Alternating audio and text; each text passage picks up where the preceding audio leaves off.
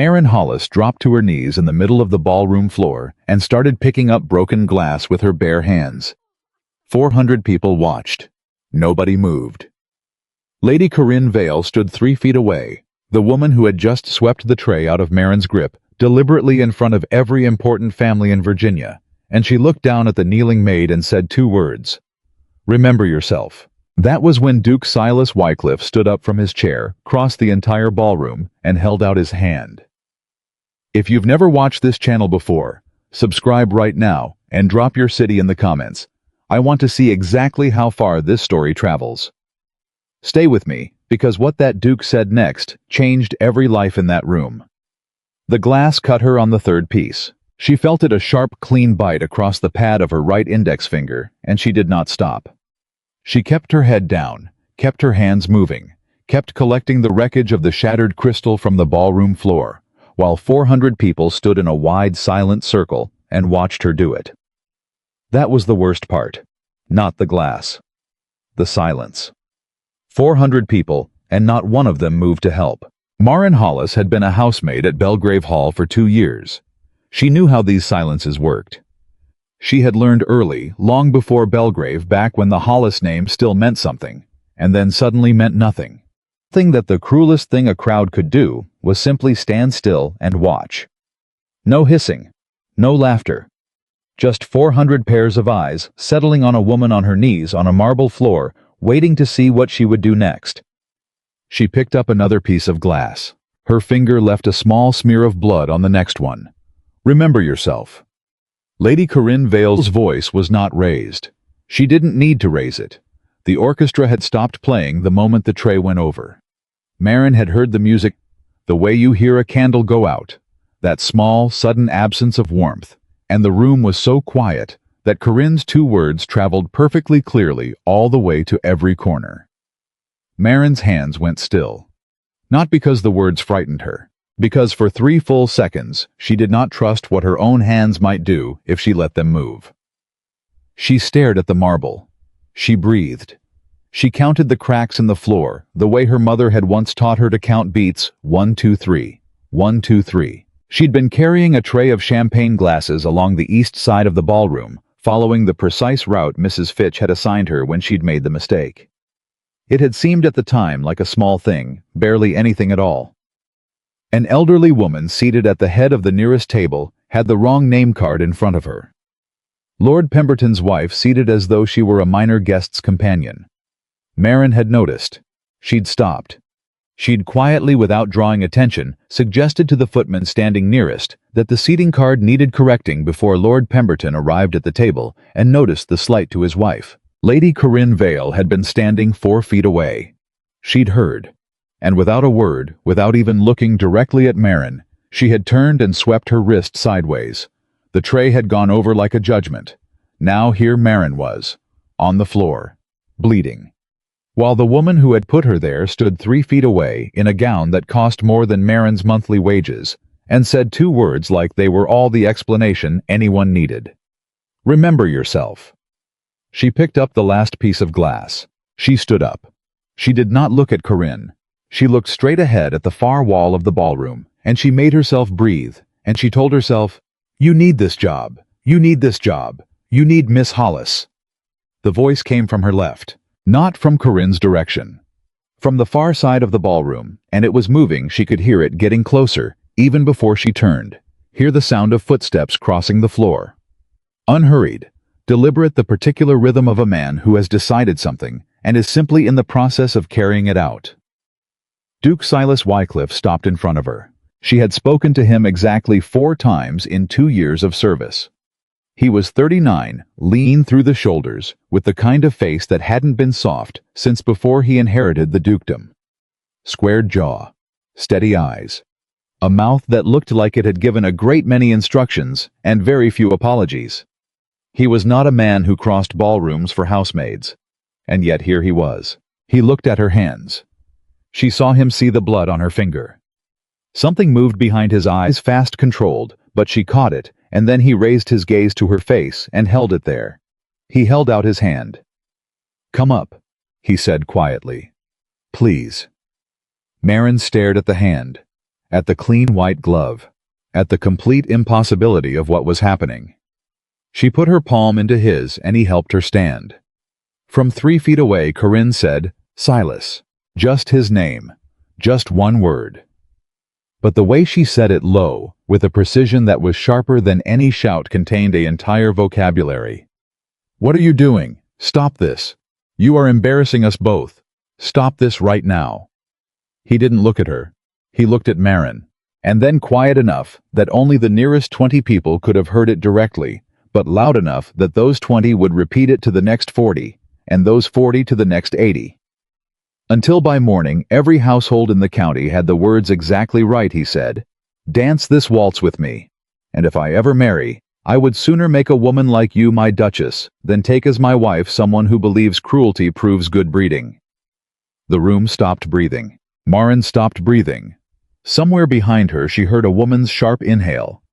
Someone else made a small sound, not quite a gasp, not quite a word. The man to her left shifted his weight. 3 feet away, Lady Corinne Vale went perfectly entirely still. Maren looked at the Duke's face. He meant it. That was the thing that frightened her more than anything else about this moment, more than the audience, more than Corinne's expression, more than her own bleeding hand. He meant every syllable. She'd spent enough years reading wealthy people's performances to know the difference between a man making a dramatic gesture and a man saying something that had been building in him all evening and had finally found its way out. There was nothing smooth about his voice. It was rough with something real anger, yes, but underneath the anger something older and more serious, some moral pressure that had finally exceeded the container. He meant it, which meant this was going to cost her everything. She looked down at his still extended hand. Then she looked up at him. "Your Grace," she said, "don't use me to punish another woman." The room made a sound she'd never heard before, 400 people simultaneously recalibrating. Silas Wycliffe blinked, just once, and she watched the thing move through him, a recognition quick and unguarded that landed somewhere behind his eyes and changed their expression entirely. "You're right," he said, and he meant that too. He lowered his hand fractionally, his voice dropped until it was only for her. "Then don't dance for her." A beat. "Don't dance for any of them." Maren waited. "She told you to remember what you are." His eyes held hers. "So do you remember?" She looked at him for 3 seconds. She looked at the blood drying on her finger. She looked out at the sea of faces, all those careful, expectant, hungry faces, and she thought about her mother's hands moving over piano keys in the parlor of a house they didn't own anymore. She thought about being 9 years old and learning to count 3/4 time against her mother's shoulder. She thought about her father's voice. "Hollis women hold their chins up, girl. Always have. I remember perfectly," she said, and she put her hand in his. The orchestra took half a breath before the conductor lifted his bow. She felt the hesitation, that collective pause. The musicians looking at each other, looking at the Duke waiting, and then the waltz began. The first 3 steps were a disaster. She was shaking. She had not fully realized how badly she was shaking until she was in his arms and moving, and the tremor in her legs nearly sent her sideways into the opening turn. Not nearly. Actually. She lost the line completely, stepped wrong, felt herself start to go. His hand tightened on her back. Not a yank. Not a correction that announced itself to the room. Just pressure, steady quiet there, and she found her footing again. "Just the music," he said low. "Hear it." She heard it. She pulled the rhythm into her body, the way she'd been taught from the hips up. Her mother always said, "Waltzing starts from the hips, not the feet," and the muscle memory that had been buried under 6 years of domestic service, and before that, under the whole accumulated weight of the Hollis family disaster, began slowly to surface. Her spine straightened. Her chin lifted. She found the step. She wasn't a perfect dancer. She'd never claimed to be. Her mother had taught her well, but they hadn't had a piano or a proper floor or the time for proper lessons for a very long time, and it showed in small ways. One turn came. A half beat late, her frame wobbled slightly in a fast sequence. But she was dancing. Actually dancing, not just surviving the floor, not just enduring. Nobody laughed. She had been certain someone would laugh. Nobody laughed. From somewhere near the back, she heard a man's low voice say something she couldn't make out, appreciative it sounded like, and a woman beside him made a sound of agreement. Someone began to applaud. Then someone else. Then more. Maren kept her eyes on the middle distance, and did not let herself react to any of it. When the music ended, she stepped back. She dropped into a curtsy, before she thought about it the precise trained curtsy of a housemaid, knees bent, chin lowered, reflex honed over years, and caught herself halfway, and felt something complicated move through her chest. Not quite shame. Not quite defiance. Something in between. Silas bowed to her the same way he'd bow to any woman. She straightened. She looked without meaning to toward where Corinne Vale had been standing. Corinne was still there. That was worse somehow than if she'd left. She was standing exactly where she'd been, one hand resting on the arm of the woman beside her, her face composed into something that Maren recognized from years of studying powerful women's faces. The expression of a woman who has made a decision and is simply in the process of letting it settle before she acts on it. She was not furious. That was what made it cold. She was calculating. Her eyes met Maren's across the ballroom floor. She didn't say anything. She didn't need to. The message was as clear as if she'd crossed the room and spoken it directly into Maren's ear. This isn't over. This is only beginning. Maren held her gaze for exactly 2 seconds. Then she looked away first, not because she was frightened, she told herself, but because she was smart enough to know the difference between courage and stupidity. She walked off the floor. She made it 3 corridors before her legs started to go. She found the linen closet in the dark quiet, smelling of dried lavender and clean cloth. And she went inside and sat down on the floor with her back against the shelves and put her face in her hands. She didn't cry. She wanted to. The pressure of it was right there, hot and tight behind her sternum. But she'd learned in the years since the Hollis family's unraveling not to cry where the sound might carry. Old discipline. She breathed instead. Counted. 1, 2, 3. 1, 2, 3. She listened to the muffled orchestra starting a new piece on the other side of the house and thought about what she'd just done to her life, her employment first. Mrs. Lenora Fitch would have heard about the ballroom within minutes. Footmen talked faster than horses ran, and Mrs. Fitch had 30 years of running great houses and a precise understanding of what scenes like this evening's cost a household. She would have thoughts. Maren would have to sit across a table from those thoughts at some point tomorrow morning and listen to all of them. Then there were the guests. Half of Virginia society was under this roof tonight, and the polite ones would gossip about the waltz, and the less polite ones would say worse things, and the actively hostile ones. The actively hostile ones would say Maren had arranged it. She knew how this worked. She'd watched it happen to women around her for years, the way a story always found its way back to the woman who'd stepped outside her assigned position, always rearranged itself until her stepping out became the original offense, until the woman who'd pushed her was somehow retroactively not the issue. And then there was the Duke's promise. I would sooner make a woman like you my Duchess. She pressed her fingers against her closed eyes. He'd meant it. She was almost certain he'd meant it in that moment. But a moment was not a morning, and a morning was not a lifetime. And her father had spent 20 years trusting the promises of powerful men and died in a rented room with his name still attached to crimes he hadn't committed. She stood up, brushed her dress, opened the closet door. She had work to finish. I was waiting in this corridor, not pacing, not performatively positioned, just standing slightly to the left of the closet door. Alone, no attendant or footman anywhere nearby, which meant he'd come deliberately and dismissed anyone who might have followed. She stopped. He said, I owe you an apology. She said nothing. She waited. What I said in the ballroom. He paused, set his jaw, started again. I used you, as you told me. I was angry at Corinne, and I turned you into a statement I was making to another person, and I did that without asking you in front of 400 people, and that was wrong. A beat. I am sorry, Miss Hollis. She studied him. In 2 years of service at Belgrave, she had heard the Duke apologize exactly once to an elderly tenant whose fence had been damaged by Belgrave's horses, and he'd done it with the same quality she was hearing now. Direct without ornament, the apology of a man who meant it, but wasn't accustomed to making it. "Most men wouldn't have thought of it that way, Your Grace," she said. "Most men," he said, "wouldn't have had a clear-eyed woman tell them to their face on the dance floor." The space between them shifted. Not warmth exactly, more like a wall developing a crack. "What you said," she said carefully, "about a duchess. I meant it. You meant it in that moment." She held his eyes. Promises cost powerful men very little when they're spoken in anger in front of an audience. They cost women like me everything when they're broken in private. She paused. "My father taught me that, sir, by example." He didn't answer immediately.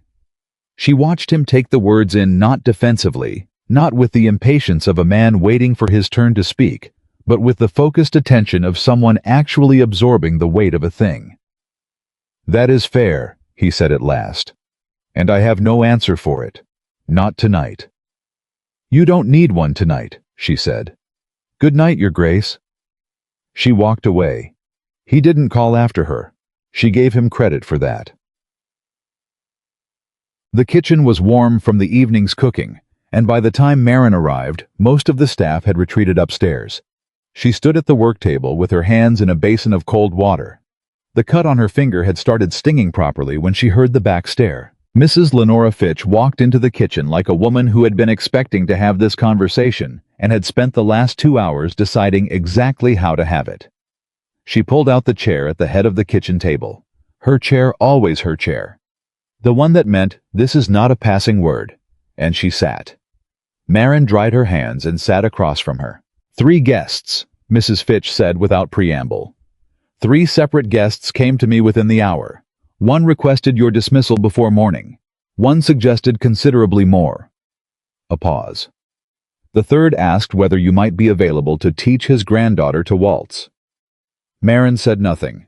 "Lady Corinne's personal maid," Mrs. Fitch continued, "has already told 2 of our footmen that you knocked the tray yourself, that you manufactured the incident deliberately to attract his Grace's attention." The kitchen was very quiet. "I see," Maren said. "It will be through the village by Tuesday," Mrs. Fitch said. "Through the county by the end of the week." "I know. Do you wish to tell me your account of what happened?" Maren looked at her directly. "Lady Corinne knocked the tray. I corrected a seating error that would have embarrassed Lord Pemberton's wife in front of 40 people. Lady Corinne heard me do it and knocked the tray. I knelt to clean it up because it was my job. The Duke asked me to dance, and I chose to accept." She kept her voice level. "That is the whole of it, Mrs. Fitch." The housekeeper looked at her for a long moment. A measuring look, not unkind, but precise. "Then let me be equally plain," she said. "I cannot promise you that your position here is safe. I can tell you that I have not been given instructions to dismiss you, as of tonight." She stood. "I expect you at your regular post at 6 o'clock." "Yes, ma'am." Mrs. Fitch started for the door, then stopped. Without turning around, she said, "For what it is worth, the elderly woman whose seating you corrected, her name was Mrs. Rutherford. She sought me out this evening to ask who had noticed the error." A pause. "She said she was grateful someone in this house still understood the difference between a guest and an inconvenience." Then she left. Maren sat alone in the kitchen for a long time. She slept 4 hours. She was at her post at 6. She tied her apron. She went to work. Around the other staff moved in the careful way of people who hadn't yet decided what to say. Not cruel, just uncertain the way the whole house had become uncertain overnight. Thomas, the youngest footman, appeared at her elbow while she was setting the breakfast trays.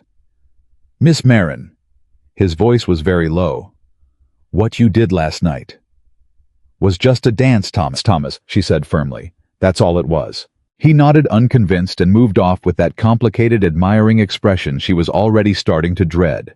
She didn't want admiration. Admiration was its own kind of trap. It built pedestals out of moments and then waited for you to fall off them. She wanted to keep her job. She was halfway through the second-floor rooms when she turned a corner and nearly walked into Corinne Vale. They both stopped. The corridor was empty. No footman, no other maids. Just the two of them, 2 feet apart, in the thin gray light of the morning. Corinne looked at her the way a chess player looks at a piece that has moved somewhere unexpected, not with fury, with assessment.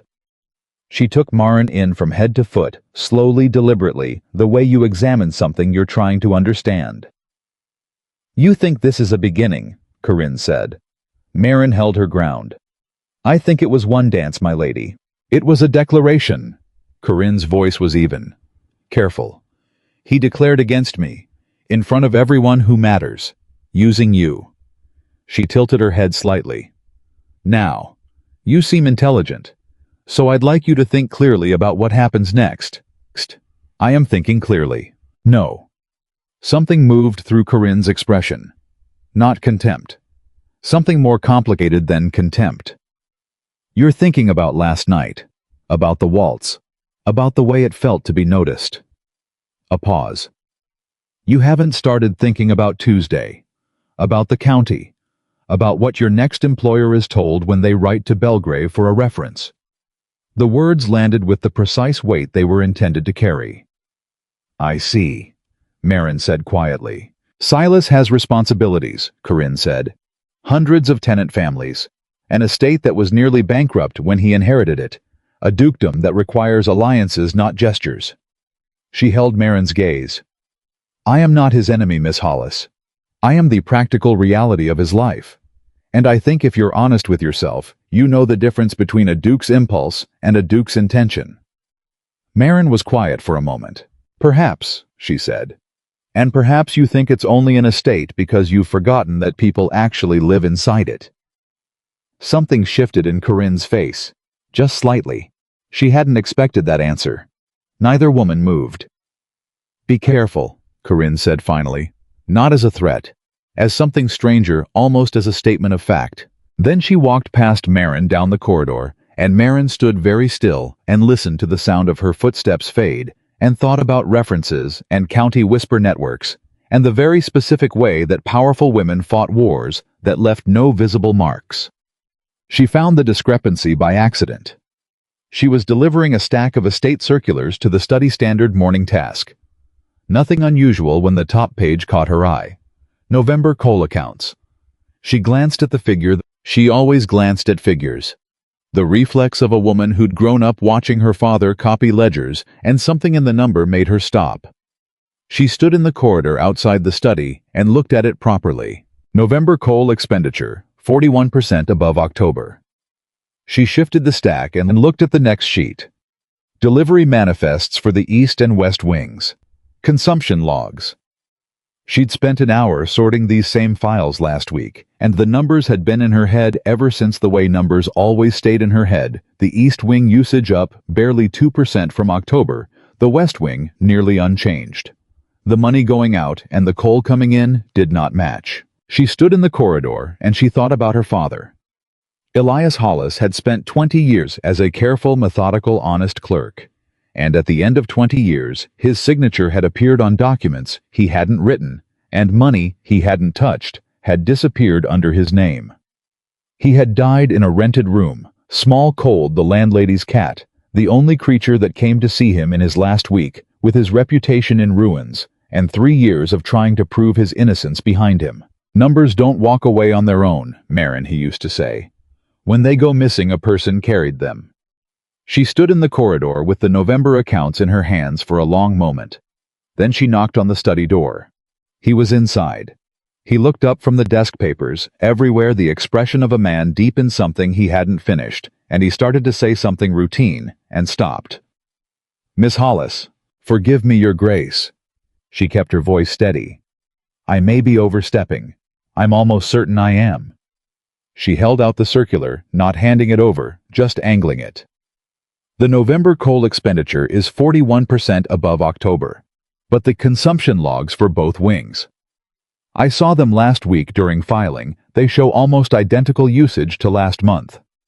She lowered the page. "Numbers like that don't usually walk away on their own, sir." He looked at the circular. He looked at her. "You read estate accounts," he said. "My father was a clerk. He taught me ledgers before he taught me letters. She set the stack on the corner of the desk. I'm sorry, that was beyond my place. Leave those with me, he said. She did. She was 2 floors up and 3 tasks deep into the rest of her morning when it settled into her stomach like a stone, the full weight of what she'd just done. Pointed out accounting irregularities in the Duke of Belgrave's estate. The morning after dancing with him at his own winter ball. The morning after he'd offered her a duchess's title in front of his fiancée and half of Virginia. She pressed her hand flat against the wall and breathed. In the servants' passage below her, she heard voices. 2 of the footmen talking low. She caught the word maid and then the word accounts too fast, too quiet to hear more, and she kept walking. She was halfway to the linen room when she heard footsteps behind her, quick ones, and Clara, one of the upstairs maids, small 2 years younger, who'd been quietly kind to Maren since her first week at Belgrave, appeared at her side. Maren, barely a whisper. Gideon Pike was asking about you this morning. Maren slowed. What kind of asking? The careful kind. Clara glanced behind them both. He came into the kitchen before breakfast. Asked Mrs. Lively which rooms you'd been assigned to this week. Asked whether you'd been given access to the accounts room for filing. A pause. He smiled the whole time. That's how I knew to worry. Maren felt the back of her neck go cold. Gideon Pike was Belgrave's estate steward, 46 years old, respectable looking, the kind of man who had spent decades building the appearance of someone who could be trusted with other people's money. She had passed him in corridors 100 times. He had always been pleasant. He had never been warm. He was asking which room she'd been assigned to. Thank you, Clara, she said. Don't mention this to anyone. Clara nodded once and disappeared around the corner. Maren stood alone in the passage. She thought about the coal figures. She thought about Gideon Pike and his careful smile. She thought about her father, who had also worked in a house where someone else's money was quietly going missing, and who had been conveniently available when someone needed a name to put on the paperwork.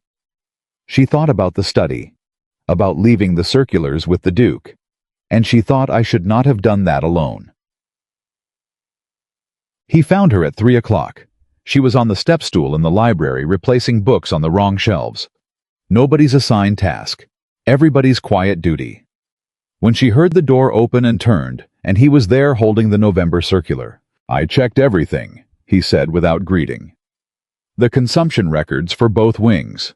September expenditures. August. He set the circular on the reading table and turned it toward her. The figures she'd noticed were circled in pencil. Beside them, 3 other columns she hadn't seen: September, August, July, with similar marks. You're right, in every month. She climbed down from the stool. She crossed to the table and looked at the figures. Looked at the pattern. Looked at the authorized signature at the bottom of each column. G. Pike. Your Grace, she said carefully. I know, he said. There's something else. She looked up at him. I need to tell you something about my father, she told him. All of it. Elias Hollis. The Hartwell estate. The signatures on documents he'd never written. 20 years of careful, honest work, and then a ruin so complete it had taken everything: the house, the piano, the reputation, and finally, the man himself. She told it plainly without asking for sympathy, because she'd spent a long time learning to say hard things without her voice breaking. He listened. He didn't interrupt. When she finished, the study was very quiet. Gideon Pike worked at Hartwell, he said slowly, before he came to Belgrave. I remember now, it was in his letter of recommendation. A pause. He would have known your father. He would have known everyone at Hartwell, Maren said, including whoever built the system that took the money. He looked at her across the table, the Duke with his circled figures and his inherited obligations, the maid with her father's ghost and her mother's altered hems, and something passed between them that was neither romance nor strategy, but some compound of both, some recognition of 2 people who had been, without knowing it, looking at the same problem from opposite ends for a very long time. Miss Hollis, he said. Yes, Your Grace. I think we need to talk about this carefully. All of it. Yes, she said, and quietly. She glanced at the door. "I was told this morning that Mr. Pike has been asking which rooms I've been assigned to." Something changed in his expression, hard and quick. "When? Before breakfast." He was quiet for a moment. "Then we start tonight, after the evening meal when the house settles." He looked at her directly. "Are you willing?" Maren thought about her father in that rented room, about her mother's hands sore from alterations never complaining, about the name Hollis and all the accumulated weight it had gathered in the wrong direction for 18 years. "I've been willing for a long time, Your Grace," she said. "I simply hadn't found anyone worth being willing with." Outside in the corridor somewhere around the corner, neither of them could see a door closed. It might have been the wind, it might not have been. But in the study with the November accounts spread between them and the penciled circles marking the places where the money had gone quiet and then gone missing, Maren Hollis and Duke Silas Wycliffe looked at each other across a table that had once been an uncrossable distance and began. They started at 9 o'clock after the house had gone quiet. Maren waited until Mrs. Fitch had made her final rounds and the last of the upstairs candles had gone dark, and then she slipped down the back stair with a shawl over her uniform and her father's old habit of moving silently through other people's houses. The Duke had left the study door unlocked. She let herself in without knocking. He was already at the desk. 3 ledgers open in front of him, his coat off and his sleeves pushed up, which she had not expected.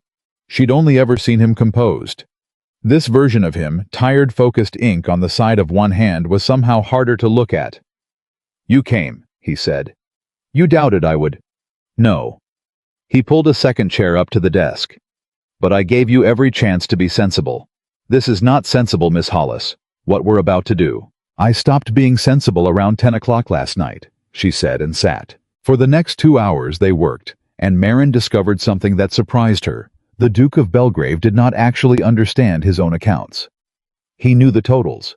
He knew the estate was recovering from the debt his father had left. But the small mechanics of it, the way coal money moved through 3 separate ledgers before it landed, the way a delivery could be recorded twice under different suppliers, those were invisible to him. They had always been Pike's domain. That was the entire problem. "Here," she said an hour in, tapping the second ledger. "Look.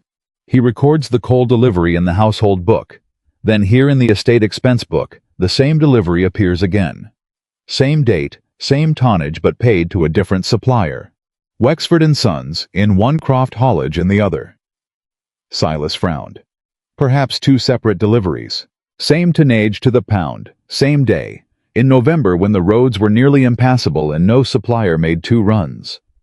She sat back. "One of those companies is real, Your Grace, and one of them is a name on a piece of paper that Gideon Pike pays every month." He was quiet for a long moment, staring at the 2 identical entries. "How much?" he said finally. "Over how long?" "I don't know yet. I've only seen 4 months." She met his eyes. "But if it's coal, it isn't only coal. Men like this never stop at one line. My father used to say a thief who's found a soft board in the floor doesn't step on it once." Silas rubbed his face with both hands. When he lowered them, something in his expression had hardened into a decision. "I want to see everything," he said. "Every book Pike touches, going back to the year he arrived." "Then you'll need to get them without him knowing you want them," Maren said. "The moment he sees you pulling old ledgers, he'll know. And a man like that has spent years planning what he does the day he's discovered." "You speak as though you know him." "I knew the man who did it to my father," she said quietly. "They're all the same man, Your Grace. Different faces." She was back at her post at 6 the next morning, 3 hours of sleep behind her, and the house had already turned.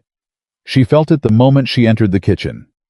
The uncertainty of the previous morning had curdled overnight into something with an edge. 2 of the kitchen maids stopped talking when she came in. Cook, who had never in 2 years had an unkind word for her, set down a plate a little too hard and did not meet her eyes. It was Bess, the older scullery maid, who finally set it low by the wash basin. "They're saying you've been sneaking into the study at night." Maren's hands went still in the water. "Who's saying?" "Doesn't matter who's saying, it's said." Bess wrung out a cloth. Said you were seen on the back stair after 11, coming from His Grace's part of the house. She glanced at Maren, and there was something almost like pity in it. You know what they mean when they say it that way. Maren did know. It was the oldest weapon in the house, older than any account book. The idea that a woman in her position who drew a great man's notice had drawn it in only one way, and drawn it deliberately. I wasn't there for that, she said. I know you weren't. Bess said it flatly, and Maren realized with a small shock that she meant it. You're not the type. But it doesn't matter what I know, girl. It matters what gets carried to the village. She hung the cloth. Somebody's carrying it. Somebody in this house wants you gone bad enough to say a thing like that out loud. Maren thought about Gideon Pike asking which rooms she'd been assigned to. Somebody does, she agreed. The reference came at mid-morning. Mrs. Fitch found her on the second floor and drew her into an empty sitting room and closed the door, and Maren knew from the set of the older woman's mouth that this was not going to be an ordinary conversation. I received a letter this morning, Mrs. Fitch said. From the Harrow household in the next county. They wrote to inquire about your character. Maren went cold. I haven't applied to the Harrow household. No, Mrs. Fitch said. You haven't, which means someone has told the Harrows that you soon will be that you are about to be dismissed from Belgrave and will be seeking a new position. And they wrote to ask in advance what they would be told. She held up the letter. Do you understand what this is? Maren understood exactly what it was. It was Corinne Vale, or someone acting for her reaching ahead of Maren into the future, poisoning the ground before she'd even walked onto it. It was a message dressed as a letter. Your next employer will hear whatever we decide they hear. What did you write back? Maren asked. Mrs. Fitch was quiet for a moment. Then she set the letter down on the side table face up. I haven't written back yet, she said. I wanted you to see it first. She looked at Maren steadily. I have run households for 30 years, and I have watched this exact thing done to a dozen women, and only twice did the woman deserve it. I do not believe you are the third. A pause. But I will tell you plainly, I cannot fight the County Maren. If Lady Corinne decides to make certain no house within 50 miles will take you, I do not have the power to stop her. I can only refuse to help her do it. And that is what I intend to do. It was Maren realized the closest thing to a declaration of loyalty she'd ever heard from the woman. Thank you, Mrs. Fitch, she said, and her voice was not entirely steady. Don't thank me. Mrs. Fitch picked the letter back up. Thanking me suggests I've done something safe. I haven't. She moved to the door. Whatever it is you're doing at night in that study, and don't tell me I don't want to know. You had best be right about it. Because you've made yourself an enemy who does not lose. And half measures against a woman like that will get you buried. She left. Maren stood alone in the sitting room and looked at the shape the letter had left in her mind, and understood that the war had already started, and that she was already losing it in the only arena that had ever mattered, the arena of what people would be told. She almost didn't go to her mother's that Sunday. She had every reason not to. The walk was 2 hours each way. She was exhausted past the point of feeling it. And she did not know how to sit across a table from Agatha Hollis and not tell her everything. And telling her everything felt like handing her mother a weight she'd already carried enough of. She went anyway. Agatha lived in 2 rooms above a cooper's shop in the village, and she was at the window with her sewing when Maren came up the stairs, and she took one look at her daughter's face and set the sewing down. Sit, she said. I'll make tea, and then you'll tell me what's put those circles under your eyes. Maren sat. And for a while she tried to talk around it, the ball, the waltz, the gossip. But Agatha Hollis had spent 55 years learning to hear the thing a person wasn't saying. And halfway through Maren's careful account, she reached across the small table and put her hand over her daughter's. Maren, she said, what are you doing that's dangerous? And Maren, who had held herself together through the ballroom and the linen closet, and Mrs. Fitch, and the poisoned reference, and every hostile silence in the kitchen, felt the whole thing crack open at her mother's touch. She told her. The coal figures, the 2 suppliers, Gideon Pike, Hartwell. At the word Hartwell, Agatha's hand tightened on hers. For a long moment her mother didn't speak. Her eyes had gone somewhere far away, 18 years away, to a house they'd lost, and a man they'd buried, and a name that had followed them ever since like a debt that could never be paid. "You think it's the same," Agatha said finally, very quietly. "I think the man at Belgrave learned it somewhere, and I think he learned it at Hartwell. At the same time, someone was building the thing that destroyed Papa." Maren leaned forward. "Mama, if I can prove how Pike does it, if the method matches, it doesn't just stop him. It opens the whole question of Hartwell again. It could—" "Don't." Agatha's voice was sharp enough to stop her. "Don't say it." "Mama, do you know how many times I let myself say it?" Her mother's eyes were bright now, hard. "In the first years, this could clear him. This could give it back. I said it to myself every night for 3 years while your father was alive, and every one of those nights it was a lie, and every morning the name was still ruined, and he was still dying inside it." She pulled her hand back. "I buried that hope with him, Maren. On purpose. Because hope like that is the only thing left that can still hurt you after you've already lost everything." The room was very quiet. "And now you want to dig it up," Agatha said. "For a duke who danced with you at a party." Maren flinched. "It isn't for him." "Isn't it?" "No." She said it firmly, and then because her mother had raised her not to lie in this room, she made herself say the rest. "It isn't only for him. It's for Papa. And yes, partly. It's because for the first time in 18 years, someone with the power to actually open the ledgers looked at me and asked what I thought. Do you know what that is, Mama? To be asked what you think." Agatha looked at her for a long moment, and the hardness in her face slowly gave way to something more tired and more frightened and more loving. "I know exactly what it is," she said. "That's what scares me." She reached out and touched Maren's face. "Your father was asked what he thought too, by men more powerful than him, and they used his answers to build the very thing they hanged his name on." Her thumb moved along Maren's cheek. "Beautiful rooms, Maren, I told you. Never confuse being invited into one with being safe inside it." She carried her mother's fear back to Belgrave with her, and it made her careful, and being careful was what saved her for a while. She and Silas met 4 more nights over the next 2 weeks, always after 9, always with the same discipline. She stopped using the back stair after the gossip started, and began taking the servants' passage through the old wing, instead longer, but unwatched. Silas began pulling ledgers a few at a time. Ordinary requests spread out so as not to alarm anyone complaining loudly to Pike about getting the estate books in order for the new year, so that the requests would seem like nothing more than a duke's tedious housekeeping. And month by month, going backward, the pattern held. It was always coal or timber or feed or lime, the bulk goods. The things bought in tonnage that no one counted twice. Always a real supplier and a false one, the same delivery billed to both.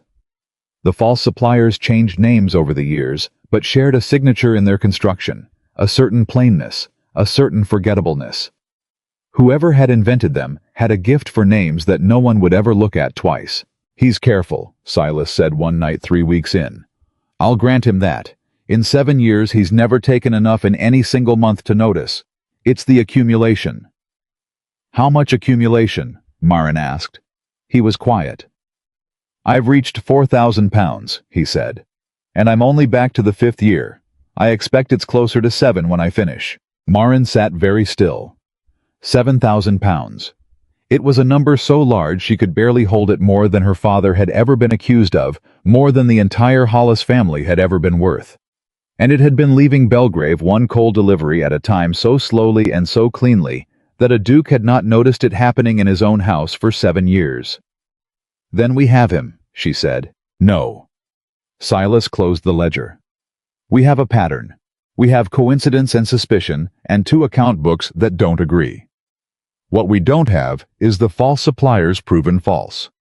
If I confront him tomorrow, he produces receipts, invoices, delivery notes, all forged but all plausible, and I look like a man accusing his steward of 7 years on the word of—" He stopped. "On the word of a housemaid. Maren finished. You can say it, Your Grace. It's what I am. On the word of the most capable person in this house, he said. Which is precisely why no one will believe it. They'll believe exactly what Corinne has been telling them. That you've whispered poison in my ear to make yourself necessary. He was right, and she hated that he was right. Then we need one of the false suppliers to be provably false, she said. Not just suspicious, proven. A name we can chase down and find nothing at the end of it. No company, no yard, no address, nothing but Pike's handwriting. And how do we do that without Pike learning we're looking? Maren thought about it for a long moment. We don't, she said slowly.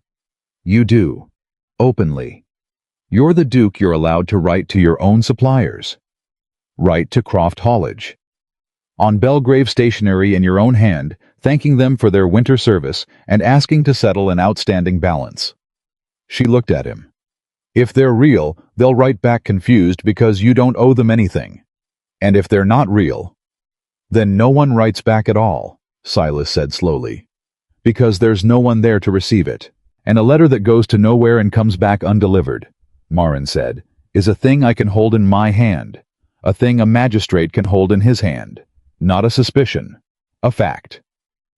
Silas looked at her for a long moment, and something moved through his expression that she couldn't quite name.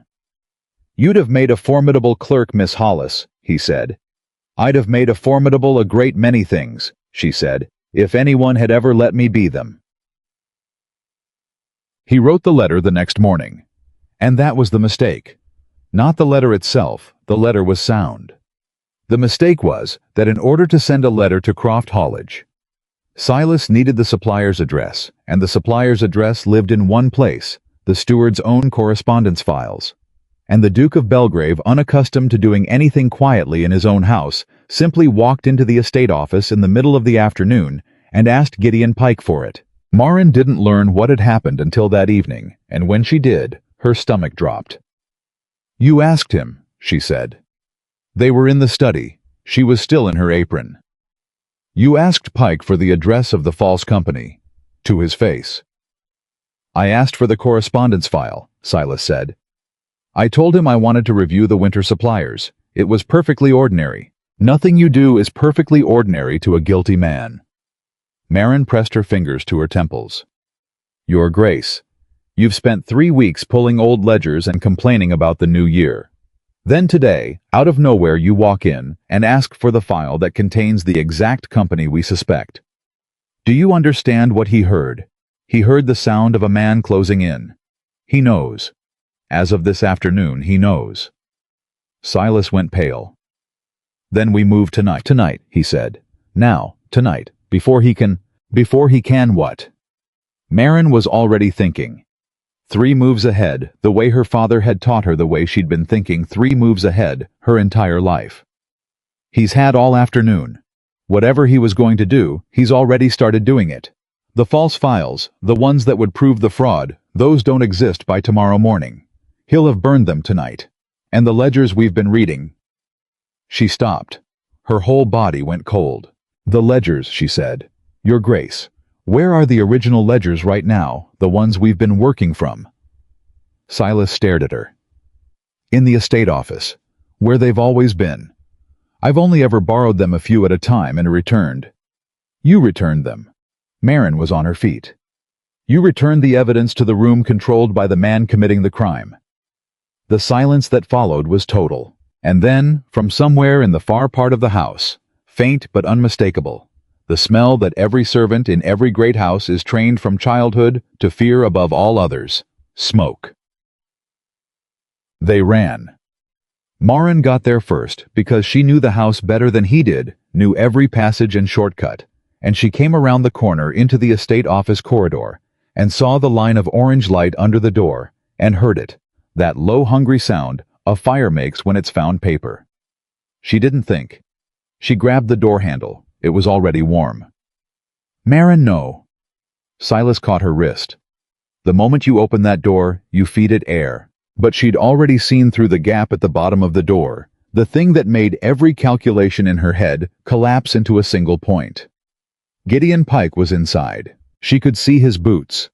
He was standing over the fire he'd set, calm, unhurried, feeding it, and he was not feeding it the false files. She understood that in one terrible instant of clarity. A guilty man doesn't burn the fake evidence. He burns the real evidence. He was burning the original ledgers, the true books. The ones that read against the false ones proved the whole thing. He was destroying the only version of the truth that couldn't be forged, and in an hour, there would be nothing left but ash and his word against a housemaid's. "He's burning the ledgers," she said. "The real ones. Everything we have. It's all in that room." Silas let go of her wrist. Something changed in him. Then she watched it happen. Watched the careful, cautious, reasonable Duke, who had spent 3 weeks moving slowly and quietly, finally reach the end of slowly and quietly. His face went hard and still. He hit the door with his shoulder. It gave on the second blow, and heat rolled out over both of them. And inside the estate office, Gideon Pike turned around with a poker in his hand, and the ledgers burning in the grate behind him. And for the first time in 7 years, the steward of Belgrave looked directly at the two people who had come to end him and did not bother any more to smile. "Your Grace," Pike said over the sound of the fire. Perfectly calm. "You should not have come down here tonight. Step away from the grate, Pike." "I don't think I will." The steward glanced at the flames, then back. "There's nothing left to step away from. You waited 3 weeks too long, and then you announced yourself this afternoon like a boy at his first hunt." He looked at Maren, and his eyes were flat and cold, and entirely without fear. "You'd have done better to keep listening to her. She's the only one of you who understood the game." "You'll hang for this," Silas said. "For a fire," Pike almost laughed. "An old chimney poorly maintained. A tragic accident in the estate office. Papers lost." He spread his hands. "You have no ledgers, Your Grace. You have no suppliers to write to. I've spent the afternoon making certain of that. You have a housemaid the whole county already believes is a schemer and a duke who threw over his engagement to chase her." He tilted his head.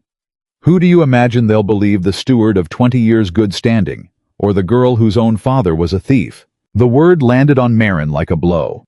Whose own father was a thief. And in the half-second it took her to absorb it. The half-second where the old grief rose up hot and blinding, she almost missed the thing that mattered. She almost missed the small canvas satchel on the floor by Pike's foot, half open, that he had clearly meant to take with him when he left. The satchel he had packed before he ever lit the fire. Because a man who is only destroying evidence doesn't pack a bag. A man who is fleeing packs a bag. And a man doesn't flee empty-handed. He doesn't burn everything. He keeps the one thing that protects him, the thing he can sell or bargain with or use to buy his way out if he's ever cornered. Maren looked at the satchel. Gideon Pike saw her look. And for the first time the calm cracked. Just slightly. Just enough. He lunged for the bag. She lunged for it too. They reached it at the same moment, and the satchel tore open between them, and its contents spilled across the floor of the burning room. Not blank paper, not household accounts, but a bound bundle of letters, old ones. The paper gone soft and yellow with age, tied with a faded ribbon. And Maren on her knees on the floor for the second time in a month, grabbing at the scattered pages while the fire climbed the wall behind her, saw the top letters heading in the orange light, and the whole world went silent around her. The letterhead read, Hartwell Estate.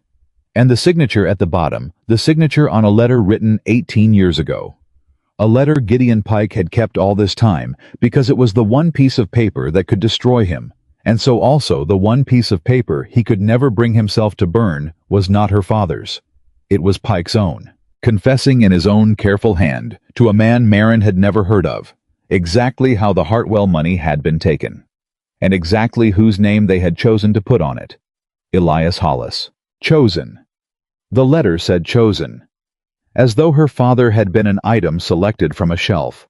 As though 18 years of ruin and grief, and a man dying in a cold rented room had begun as nothing more than a line in a letter the clerk Hollis will do. He is honest, and therefore unsuspected, and has no family of influence to defend him. Maren knelt on the floor of the burning room, with the letter in her hands, and did not move. She did not move when Silas shouted her name. She did not move when Pike scrambled backward toward the door. She did not move when the heat pressed against her back like a hand. She looked at her father's name, written 18 years ago, by the man who had chosen it, and she heard her mother's voice from 100 Sundays. I buried that hope with him on purpose, because hope is the only thing that can still hurt you. And she understood all at once and completely that the thing her mother had buried had just been placed back into her hands, warm from a fire by the very man who had taken it away. Then Silas had her by the arm, hauling her up, and the room was full of smoke, and somewhere in the corridor, voices were shouting, and feet were pounding, and the whole house was waking to the fire, and through all of it, Maren Hollis held one soft yellow letter against her chest with both hands, as though it were the only living thing in the world. Gideon Pike was gone. Out the door into the dark, into the waking house. But he had left the one thing behind.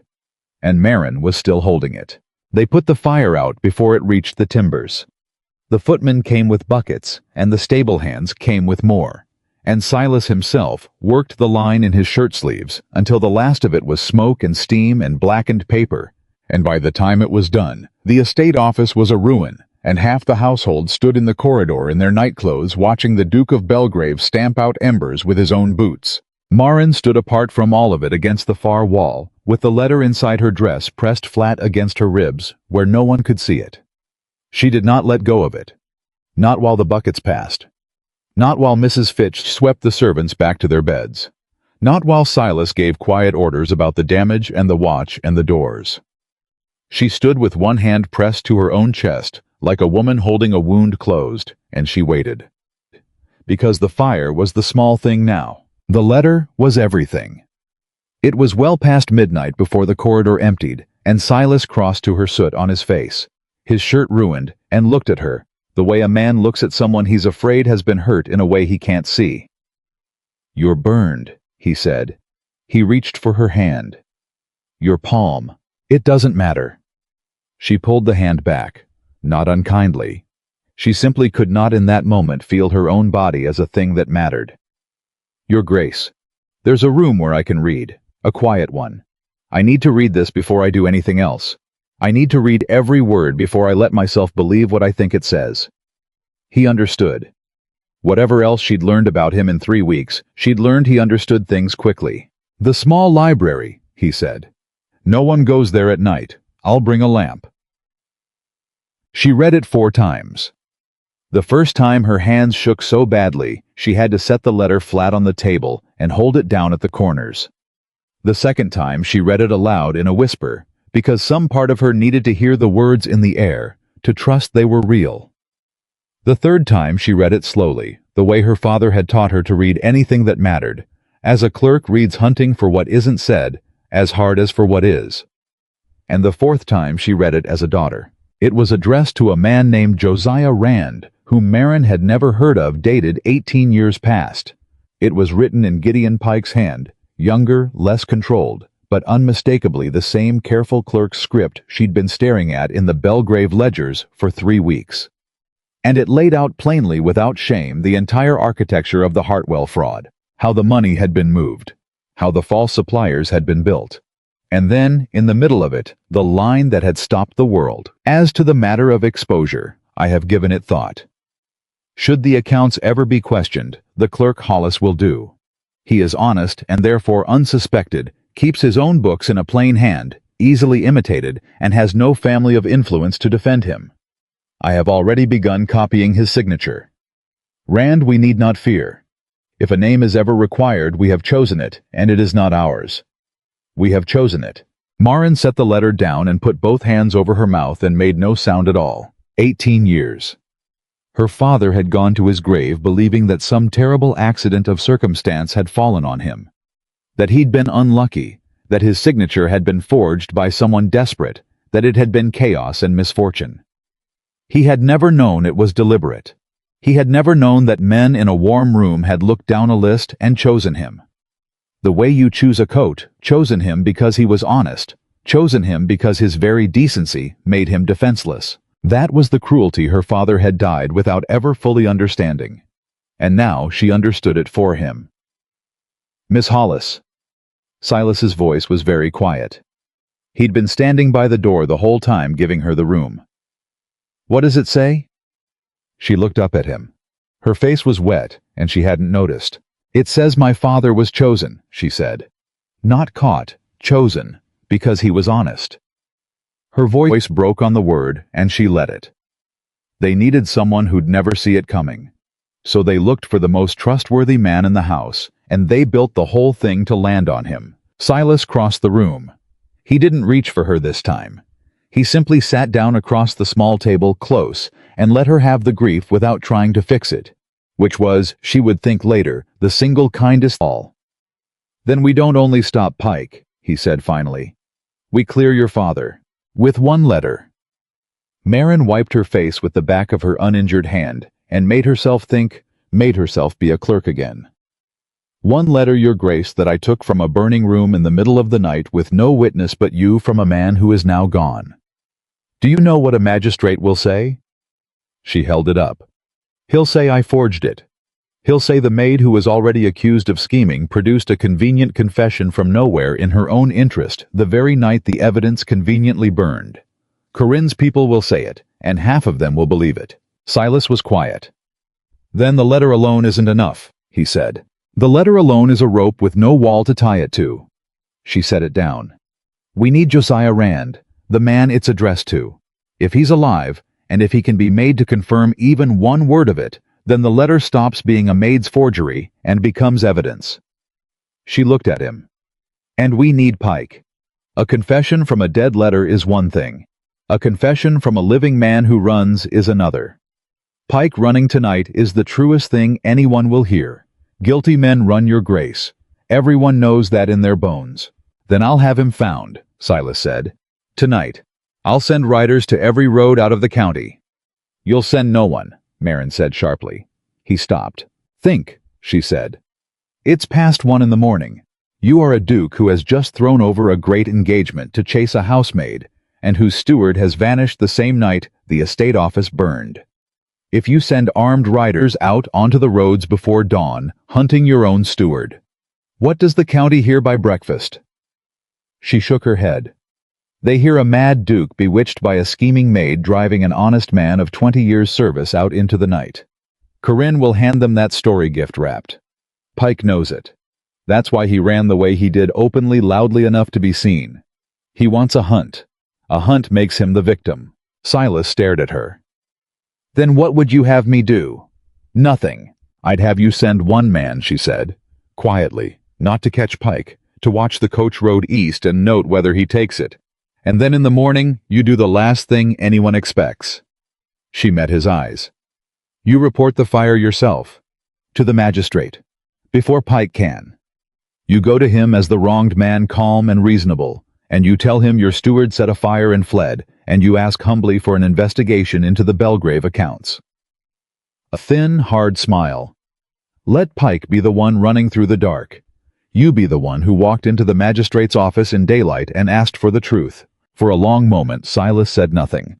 Then he laughed short, disbelieving, almost helpless. 3 weeks ago, you were carrying my champagne, he said. 3 weeks ago, Maren said, you weren't listening. I went to the magistrate at 9 the next morning.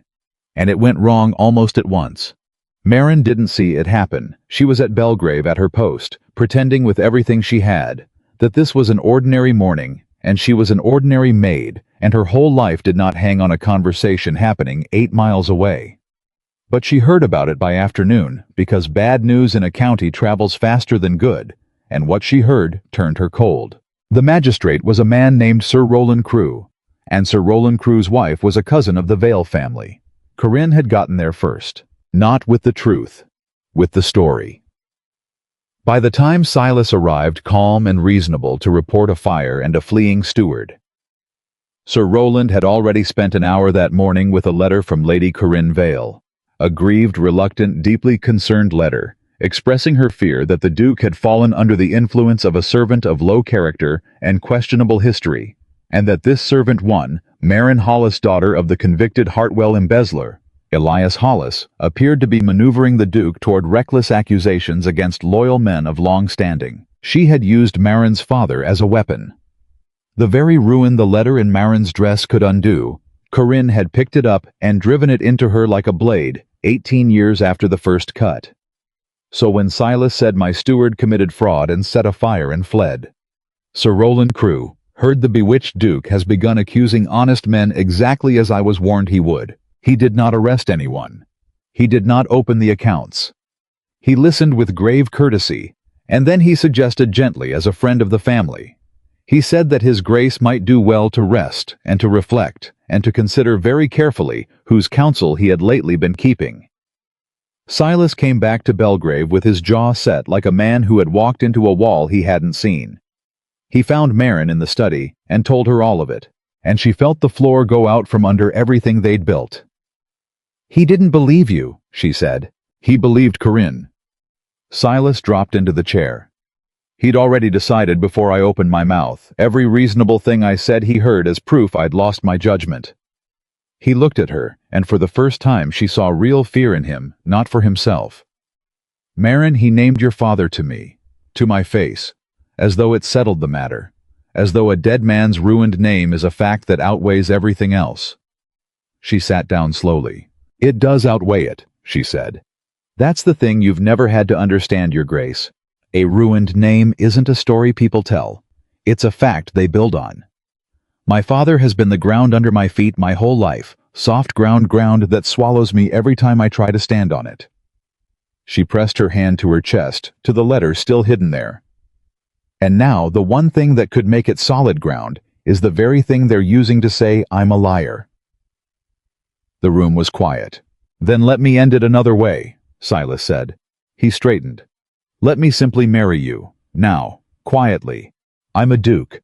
Let them talk.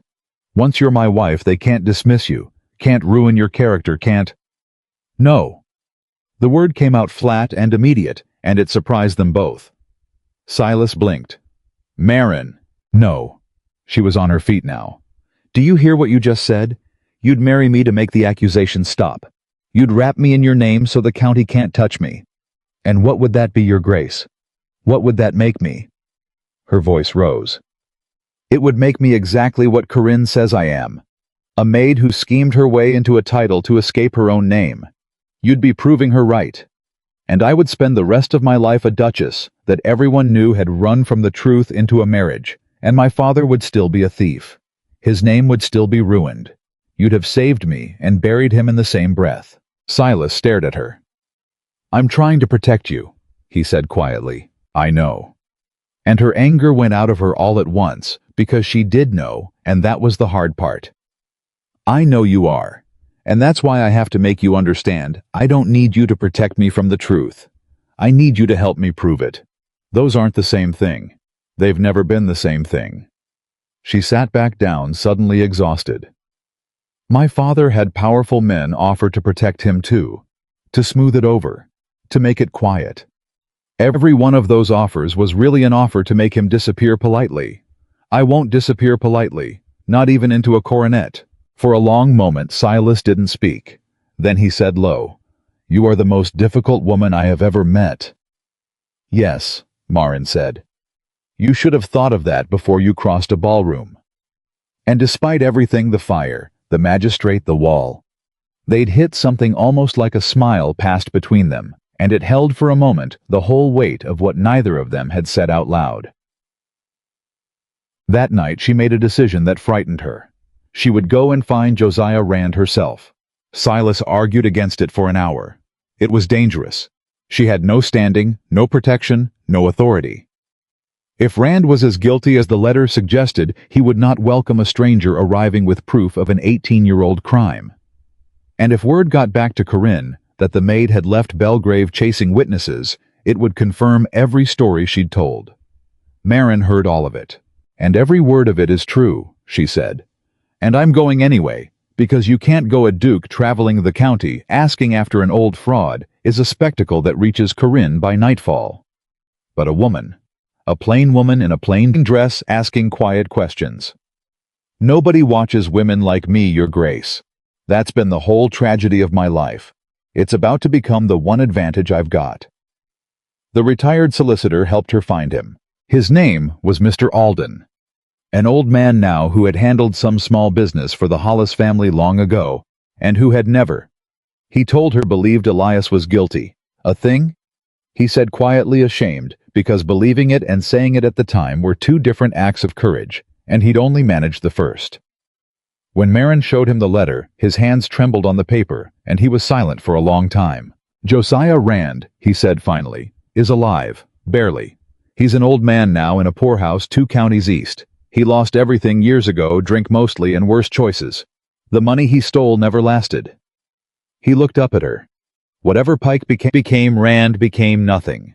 If any man alive has reason to hate Gideon Pike, it's the partner Pike walked away rich from while Rand rotted. Maren felt something turn over in her chest. Then he might talk, she said. He might. Mr. Alden set the letter down carefully. Or he might be too broken and frightened to say his own name. You won't know until you stand in front of him, girl. And you'll have one chance. A dying man in a poorhouse doesn't grant a second audience. She went the next morning in a borrowed dress with the letter sewn into her hem where no thief on the road could take it. The poorhouse was worse than she'd braced for, and Josiah Rand was worse than the poorhouse. He was a husk of a man, 70, some years old, wrapped in a blanket by a cold window. And when Maren said her name, Maren Hollis, daughter of Elias Hollis, his whole body flinched as though she'd struck him. So he remembered. That was the first thing she learned, and it told her everything. Guilty men flinch at names they've spent years trying to forget. I've nothing to say to you, Rand said. His voice was a dry rasp. Go away. Whoever sent you, go away. Nobody sent me. She pulled a chair close and sat close enough that he couldn't pretend not to hear. I came on my own, to show you something. I don't want to see anything. You'll want to see this. She took the letter from her hem and unfolded it and held it up in front of him, and she watched his rheumy old eyes travel across his own long-ago handwriting, across Pike's handwriting, across the words we have chosen it, and she watched 18 years land on a dying man all at once. Rand began to weep. Not from guilt, she thought at first. But as he talked, and he did talk, the words spilling out of him like something that had been damned too long and had finally broken through, she understood it wasn't only guilt, it was rage. Old, poisoned, powerless rage. Because Gideon Pike had ruined him too. He kept that letter, Rand rasped, staring at the paper. All these years, I always wondered why he told me he'd burned everything. Told me there was nothing left to tie us to it. A terrible wet laugh. He kept it. Of course he kept it. Not to protect me, to own me, so that if I ever spoke a word against him, he could produce it and hang us both, and he'd land soft, because he always landed soft, and I'd hang alone, because I always hung alone. Maren sat very still. He walked away rich, Rand went on, and I walked away with nothing but the fear of that letter, and I've carried it 40 years. His eyes came up to hers, and there was something terrible in them. And you're telling me he lost it and it's in your hand. He didn't lose it, Maren said quietly. I took it. From a burning room. He was destroying everything else but not this. He couldn't destroy this. I think in the end, he couldn't make himself burn the one thing that proved he was ever cleverer than everyone around him. She leaned forward. Mr. Rand, my father died believing he was unlucky. He never knew he was chosen. Chosen because he was honest. Her voice was steady now, steadier than she felt. I can't give him his life back, but I can give him his name, and you're the only living man who can help me do it. Rand looked at her for a long, long time. They'll hang me, he said. You're dying. Maren said not cruelly, just truly. In a poorhouse cold alone with 40 years of that letter on your conscience. They can't hang you faster than what's already killing you. She held his gaze. But you could die having finally taken Gideon Pike down with you. You could die as the man who told the truth instead of the man who was too afraid to. That's the only choice left to you, Mr. Rand. It's the only one you've got. Which man do you want to be when it ends? The old man wept and shook and was silent for so long that Maren began to think she'd lost. Then he said in a voice like the last of a fire, Get me a magistrate, a real one, not one of theirs. His clawed hand closed weakly over hers on the arm of the chair. And I'll swear to every word. God help me. I'll swear to all of it. She rode back to Belgrave that same night, not caring about the dark or the roads, with a sworn deposition in her hem. Beside the letter, Mr. Alden had brought a clean magistrate 2 towns over.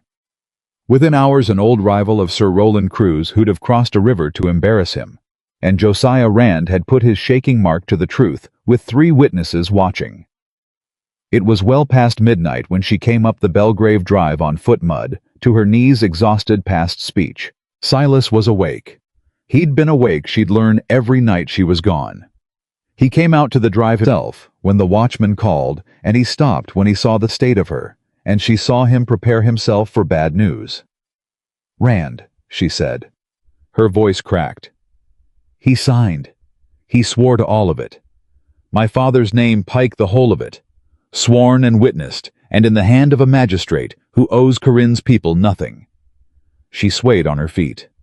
"We have it. Your Grace, we finally have it." Silas caught her before she went down. And for a moment, just a moment, they stood together in the dark of the drive. The Duke of Belgrave holding up a housemaid who could no longer hold herself up, both of them past pretending it was anything but what it was. "You did it," he said into her hair. "You impossible woman, you actually did it." "We did it," she managed. "And it isn't finished. Pike's still." That was when the watchman called out again, sharp this time from the gate. Both of them turned. A rider had come up the drive behind Maren in the dark. She'd been too spent to hear the hooves, and he swung down before his horse had fully stopped, and Maren recognized him as the single quiet man Silas had sent to watch the coach road east 3 nights ago. He was out of breath, and his face was wrong, and he was holding something in his hand. "Your Grace," he said, "Pike never took the east road." He held up the thing in his hand, a folded paper sealed with the Belgrave crest pressed into the wax, which meant it had come from inside the house. He doubled back. "He's been in the county the whole time. And this came to the gate an hour ago, addressed to you." Silas took it, broke the seal, read it once fast, and Maren watched every drop of color leave his face. "What?" she said. "What is it?" He looked up at her, and his voice when it came was barely a voice at all. "He has my sister," Silas said. "He has Eleanor. He's taken her, and he says—" His hand closed around the paper. "He says he'll trade her for the letter. The letter and Rand's deposition, everything, or I never see her again." And Maren Hollis stood in the mud of the Belgrave Drive with the truth sewn into her hem. The truth she had crossed 2 counties and walked through fire to win, and understood all at once that the man they were hunting had just turned the one thing that could save her father into the one thing that could cost an innocent woman her life. Silas read the letter 3 more times, as though the words might rearrange themselves into something survivable. They didn't. "I wants the exchange at dawn," he said. His voice had gone flat and strange. "The old mill on the river road. I'm to come alone with the letter and the deposition and everything else, every copy, every note. If I bring anyone, if he sees a single rider on the road, he says—" He stopped. "He says Eleanor pays for it." Maren took the letter from his hands and read it herself, because she had learned not to trust the way fear read a thing. Pike's hand was steady. That was the worst of it. A frightened man's writing shakes. This didn't. Every line was measured, deliberate, the hand of a man who had thought this through and found it good. "He planned this," she said quietly. "Before the fire. Maybe before you ever asked him for that file. This was always his last card. If everything else failed, if we ever got close, he had one thing left to take that you couldn't refuse to trade for. Then I trade for it." Silas was already moving, already reaching for his coat. "I give him what he wants. He can have the letter, Maren. He can have Rand's deposition. He can have all of it. Do you understand? I'm not trading my sister for your father's name." The words landed like a slap. And the terrible thing was that she understood them completely. She'd have said the same. If it were her mother out there in the dark, she'd have burned the letter herself and never looked back. "I know," she said. "I know you're not. Then help me. Help me do this and stop looking at me like what? Like you're already grieving it." His hands were shaking now on the coat. "The letter. Your father. Everything you crossed 2 counties for. I can see you doing the arithmetic, and I'm telling you there is no arithmetic. Eleanor is 23 years old. She has done nothing. She's a pawn he grabbed because he couldn't reach me. I will not weigh her life against a dead man's reputation. I won't. I'm not asking you to. Then what are you doing? Maren looked at him and made herself say the thing she'd been thinking since the rider came up the drive, the thing that frightened her more than the fire had. I'm asking why he wants the letter back at all, she said. Silas stopped. Think, she said, and her voice was low and fast now, the clerk's mind moving. Pike has your sister. That's leverage enough to make you do anything. He could demand money, thousands, all of it, and you'd pay. He could demand safe passage, a head start, a ship. Any of those, and he vanishes rich and free. She held up the letter. But he doesn't want money. He doesn't want passage. He wants the letter and the deposition. Every copy. He wants the evidence. Why? Because it hangs him. It hangs him whether he has it or not, Your Grace. Rand has already sworn. There are 3 witnesses to that deposition, and a magistrate who despises Sir Roland Crewe. Even if you hand Pike every page tomorrow, Josiah Rand has still confessed in front of the law that the 2 of them built the Hartwell fraud and chose my father to hang for it. She shook her head slowly. Burning the letter doesn't unsay Rand's oath.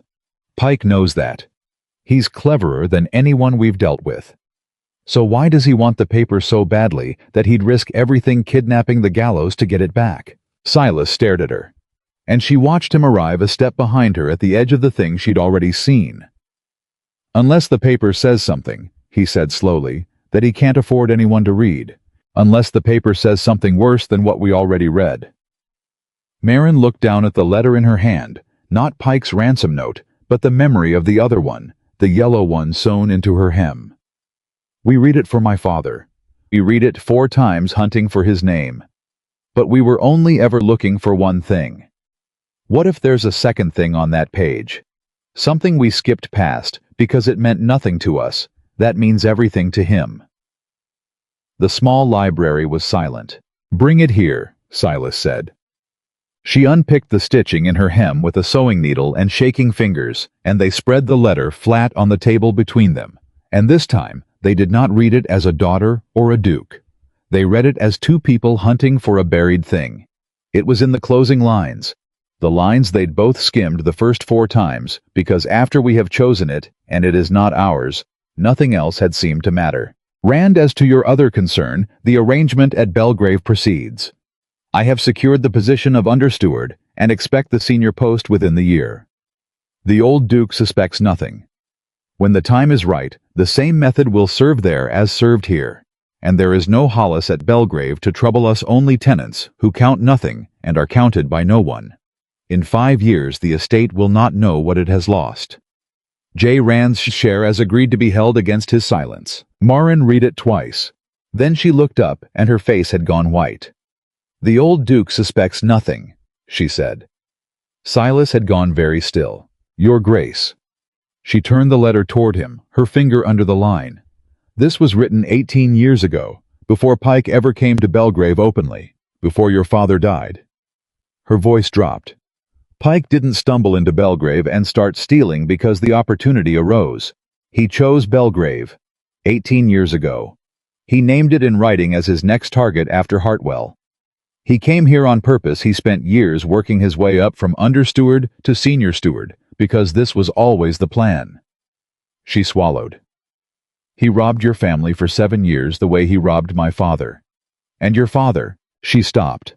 Silas finished it in a voice she'd never heard from him. My father died 4 years ago, he said. Suddenly. A weakness of the heart, the doctor said.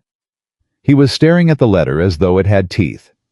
He'd become difficult near the end, suspicious of everyone, convinced the estate was bleeding money and no one would tell him where.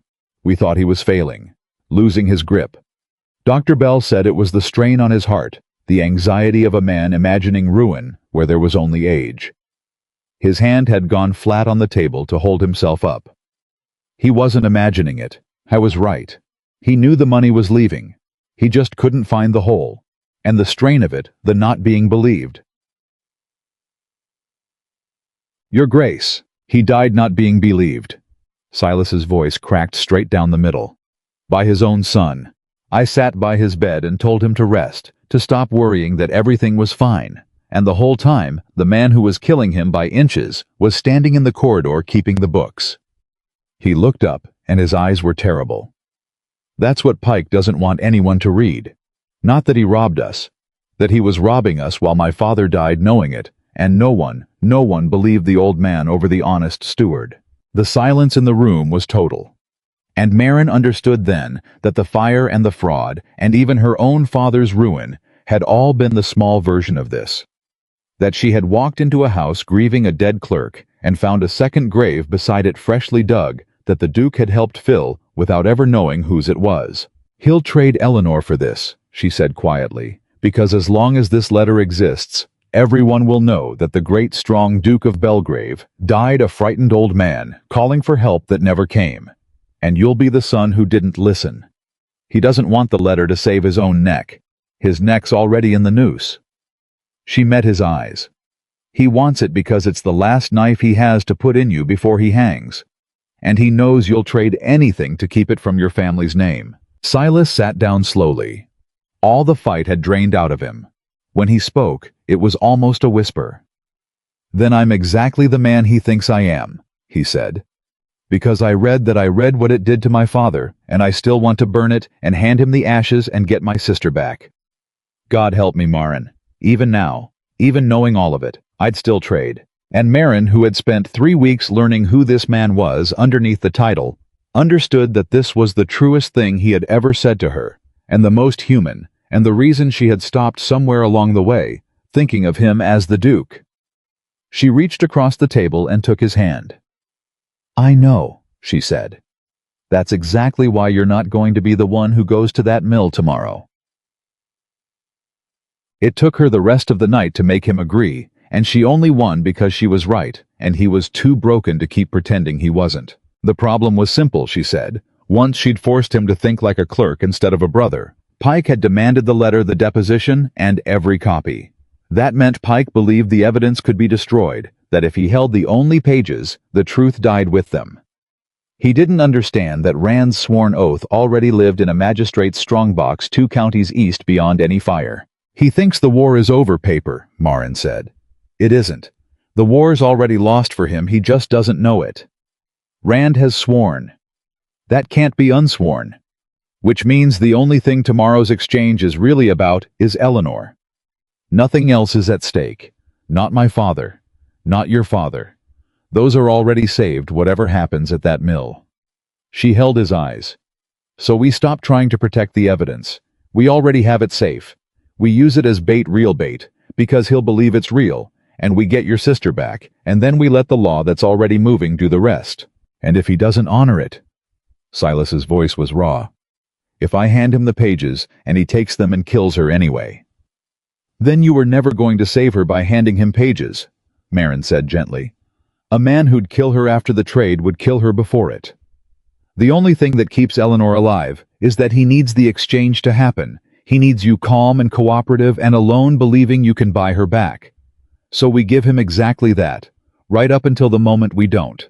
She laid it out, and it was not a clever plan, and it was not a safe one, and she said so plainly. Silas would go to the mill at dawn alone, in view with the letter and the deposition real ones, because Pike would check, and a man like that would smell a copy. He would make the trade look like it was happening. And Maren, a plain woman in a plain dress, whom no one had ever once thought to watch, would already be inside the mill. Because Pike would be watching the road for riders and men and threats. He would never in his life think to watch for a housemaid who'd walked across the fields in the dark hours before and hidden herself and waited. No. Silas was on his feet again. Absolutely not. You are not going into that mill. He has already tried to burn you alive once. He tried to burn a room I happened to be in, Maren said. He didn't come for me. He doesn't think about me at all. Your Grace, and that has never once been true of anyone with power in my whole life, and tonight it is the only weapon we have. She stood too facing him. You cannot save her by walking in as the Duke. He's ready for the Duke. He's spent his whole life being ready for men like you. He has never once, not for a single hour of his life, been ready for a woman like me. Nobody is. That's the wound in the world I've been bleeding from since I was 9 years old, and tomorrow I'm going to make somebody bleed from it instead." Silas looked at her for a long, long time. "If anything happens to you," he said finally, very quietly, "there is no letter and no name and no estate in the world that will be worth it to me. Do you understand that I need you to understand that before you walk into that place?" And it was the closest either of them had come in 3 weeks to saying the other thing, the thing underneath the ledgers and the fire and the fear. She heard it. She let herself hear it. "Then don't let anything happen to me," she said. "Do your part exactly right and I'll do mine, and we'll both be standing here tomorrow night, and you can say the rest of that sentence properly, when we've earned it." She crossed the fields in the black hour before dawn and reached the mill while the world was still asleep. She'd been right about being invisible. There was a man posted on the road, one of Pike's hired hands. She guessed a rough man with a gun across his knees, watching the approach exactly as Pike had promised. He never saw her. She came in from the waterside through the reeds mud to her thighs, and she found the loose board in the mill wall that Mr. Alden had told her about. The old man had known this mill as a boy, and she slipped inside into the dark, and the smell of rot and rat and standing water.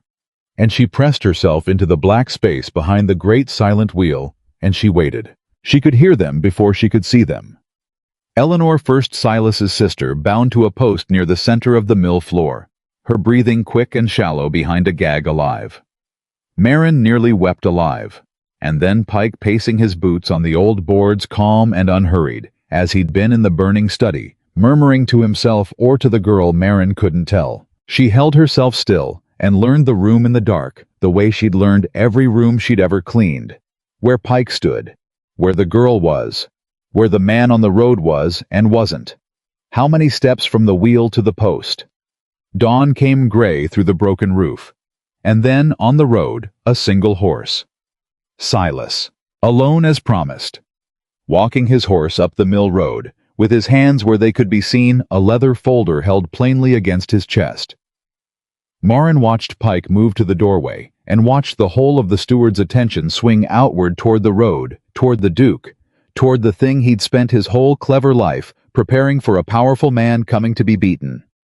Every eye in the world was on Silas Wycliffe, which was exactly the plan. "Far enough," Pike called from the doorway. "Set it down, on the stone there, then step back to your horse." "Where's my sister?" Silas's voice carried hard and steady. "I see nothing. Show me she's alive, Pike, or the letter goes in the river, and you can dredge for it." A pause. Then Pike, grudging, "She's alive, inside. You'll see her when I have the pages, and not one moment before." "Then you'll see the pages when I have her. That's the trade. Bring her to the door." It was working. Maren in the dark felt the whole thing balance on a knife's edge, exactly where she needed it. Pike, torn between the door and the post, between watching the Duke and guarding the girl, his attention stretched thin as wire. She began to move, silent. The way she'd moved through sleeping houses her whole life. One board at a time, testing each with her weight before she trusted it, closing the distance between the wheel and the post, while every particle of Gideon Pike's mind was fixed on the man on the road. Eleanor saw her. The girl's eyes went wide over the gag, and Maren caught her gaze and held it, and gave one small, fierce shake of her head.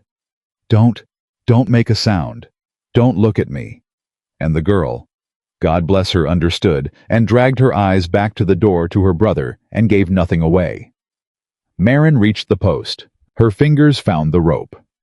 Pike had tied it fast, but he'd tied it for a struggling girl, not for a housemaid, whose whole life had been knots, laundry lines and parcel string, and the 100 cords a servant ties and unties in a day.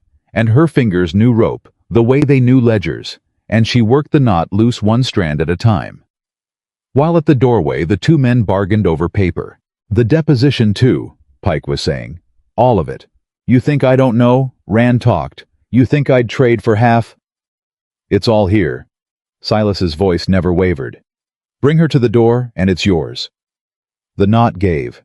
Maren pressed the freed rope into Eleanor's hands so it would still look tied and put her mouth to the girl's ear and breathed 4 words, "The water side, run." And that was the moment it went wrong. Because the man from the road, the rough one, the one with the gun, chose that instant to come inside. Perhaps Pike had signaled him. Perhaps he'd simply grown bored of watching an empty road. But he came through the far door, and his eyes swept the mill floor out of pure animal habit, and they landed on the thing that did not belong. A woman crouched at the post where a bound girl should have been sitting alone. "Pike!" the man roared. "There's someone!" Everything happened at once. Pike spun from the doorway. Eleanor bolted for the waterside exactly as she'd been told, a blur of skirts across the rotten floor. The rough man swung his gun up. And Maren, with no time to think, no plan for this, nothing but instinct and 18 years of rage, did the only thing left to do. She stood up into the open in full view and shouted at the top of her lungs, "Gideon Pike Josiah Rand has confessed everything." The words hit him like a physical blow. It was the one name in the world that could stop him. Rand, the partner, the loose thread. The man Pike had spent 40 years believing was safely too afraid to talk, and for one full second, the whole of Gideon Pike's clever mind seized on it, and he froze, and his freezing was Eleanor's whole life, because it gave her the 2 steps she needed to reach the loose board and be gone. And in that same second, 3 things Maren had not planned for arrived at once. The rough man's gun went off the shot, went wide, splitting a beam beside her head, close enough that splinters opened her cheek. Silas at the doorway, hearing the shot, abandoned every instruction he'd been given and charged into the mill, roaring his sister's name. And Gideon Pike, waking from his one frozen second, into a room that had turned entirely against him, the girl gone, the Duke, charging the maid standing in the open, shouting the one name that damned him, did the thing that cornered clever men always finally do. He stopped being clever. He lunged at Maren. Not at Silas. Not at the door. At her, at the housemaid who had walked through his fire and crossed 2 counties and taken his last knife and broken it, at the invisible woman who had turned out to be the one thing his whole life had never prepared him for. He came across the mill floor with his hands out and 40 years of buried rage in his face, and Maren saw him coming and understood in a cold, flat instant that she could not outrun him and had nowhere left to go. So she didn't run. She'd spent her whole life running from her father's name, from the whispers, from the beautiful rooms she didn't belong in. She was done running. She waited until he was almost on her, until his hands were nearly at her throat, and then she dropped straight down. The way you drop a heavy tray. You can't save all her weight going at once, and Pike's own momentum carried him over her and into the great iron edge of the silent mill wheel behind her. The sound it made was terrible. I went down and did not get up. For a moment, there was nothing but the ringing after violence. Maren on the floor, her cheek bleeding, her whole body shaking. Pike crumpled and groaning against the wheel. The rough man from the road already fleeing out the far door now that his employer was down, because hired men have no loyalty past the moment the money stops. Then Silas was there. He came down on his knees beside her in the filth and the standing water, and his hands were on her face, her shoulders checking her, the way he'd tried to on the night of the fire, and this time she let him, because this time she couldn't have stopped him if she'd wanted to. "Eleanor," she managed. "She's out. She's away. I saw her reach the reeds." His voice was wrecked. "Maren, your face. He shot at you. He shot at you. He missed." She got a hand up to his wrist. "Silas, he missed. I'm here." It was the first time she'd ever used his name. He went still at the sound of it, and they knelt there together on the ruined floor of the mill, the Duke and the housemaid, both of them shaking, Pike groaning behind them, and the gray dawn coming down through the broken roof, and neither of them said the thing that was finally fully undeniably in the room with them. There'd be time. She understood that now. For the first time in 18 years, there would be time. The clean magistrate came within the hour. Mr. Alden had had him waiting 2 towns over, exactly as Maren had planned, close enough to arrive fast and far enough from Sir Roland Crewe to owe him nothing. Gideon Pike, his collarbone shattered against the iron wheel, and the fight gone out of him. At last was taken in a cart under guard, and he said nothing the whole way, because there was at long last nothing left for him to say. Eleanor was found in the reeds a quarter-mile down, soaked and terrified and alive. And when Silas reached her, she clung to him and wept, and over her shoulder his eyes found Maren, and what was in them then was not something a person could pretend not to have seen. But it was the letter that did the real work. The letter and Rand's oath. Because once Pike was in custody, once the clean magistrate held the sworn deposition and the yellow letter side by side, and read them together. The whole 18-year edifice came apart in a matter of days. Sir Roland, cousin by marriage to the Vales, found himself very suddenly with nothing to stand on. His warm assurances that the honest steward had been slandered by a scheming maid, now read in the cold light of a signed confession, as the negligence of a man who'd taken a lady's word over the truth. He retired from the matter with what dignity he could gather, which was not much. And the accounts were opened. All of them. 7 years of Belgrave's ledgers, and reaching back the old Hartwell books that Mr. Alden helped drag out of a solicitor's forgotten storage, and there in black ink, and Gideon Pike's own unmistakable hand, was the whole architecture of it. The false suppliers, the doubled deliveries, the money that had left one estate and then another one coal cart at a time, and the name that was nowhere in it. The name that had never once actually signed a fraudulent order. The name that had only ever been chosen because it was honest and undefended was Elias Hollis. The finding was formally entered on a gray afternoon 3 weeks later. Maren was not there for it. She'd thought she would be. She'd imagined across 18 years that she'd stand in some paneled room and hear a man in a robe say the words that gave her father back, that there'd be a moment public and complete, where the world that had ruined him finally admitted what it had done. It wasn't like that. It was a clerk in a small office reading a formal notice aloud to 3 people in a voice with no feeling in it at all, and it was over in 90 seconds, and that was all. The conviction of Elias Hollis for the misappropriation of funds at Hartwell Estate is hereby found to have been in error, said funds having been proven to be taken by other parties, and his name is ordered cleared of all charges, restored and entered as such in the record. 90 seconds. For 18 years. Maren took the paper, the actual paper, with the seal on it, and she carried it out of that office, and she did not cry, because she had somewhere to be, and there was only one person in the world she wanted to give it to. Agatha Hollis was at the window with her sewing when Maren came up the stairs. She looked up, and she saw her daughter's face, and her hands went still on the cloth. Maren didn't say anything. She'd rehearsed 100 speeches on the road, and every one of them had fallen away. She simply crossed the room and knelt down in front of her mother's chair, the same way she'd knelt for the glass, the same way she'd knelt for the rope. All the kneeling of her life gathered up into one last kneeling that was this time not surrender, and she put the paper into her mother's hands. Agatha looked down at it. She read the first line, and Maren watched the thing her mother had buried 18 years ago. The hope she'd killed on this, because it was the only thing left that could still hurt her, come up out of the ground where she'd laid it slow and terrible and gentle into the light. Agatha did not sob. It wasn't that kind of weeping.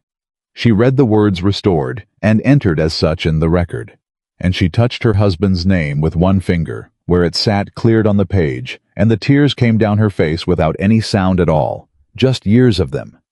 18 years of a weight she'd carried so long, she'd forgotten it was a weight, and had simply thought it was the shape of her own body, finally setting down. Elias, she whispered. To no one. To him. Elias. They know. They finally know. Maren stayed on her knees and held her mother's hands over the paper and did not speak and let her have it. Outside, the ordinary village went on being ordinary. A cart passed. A door closed somewhere. And in 2 rooms above a cooper's shop, a widow and her daughter sat together in the failing light with a dead man's name made clean between them, and for the first time in 18 years, the Hollis women did not hold their chins up out of defiance.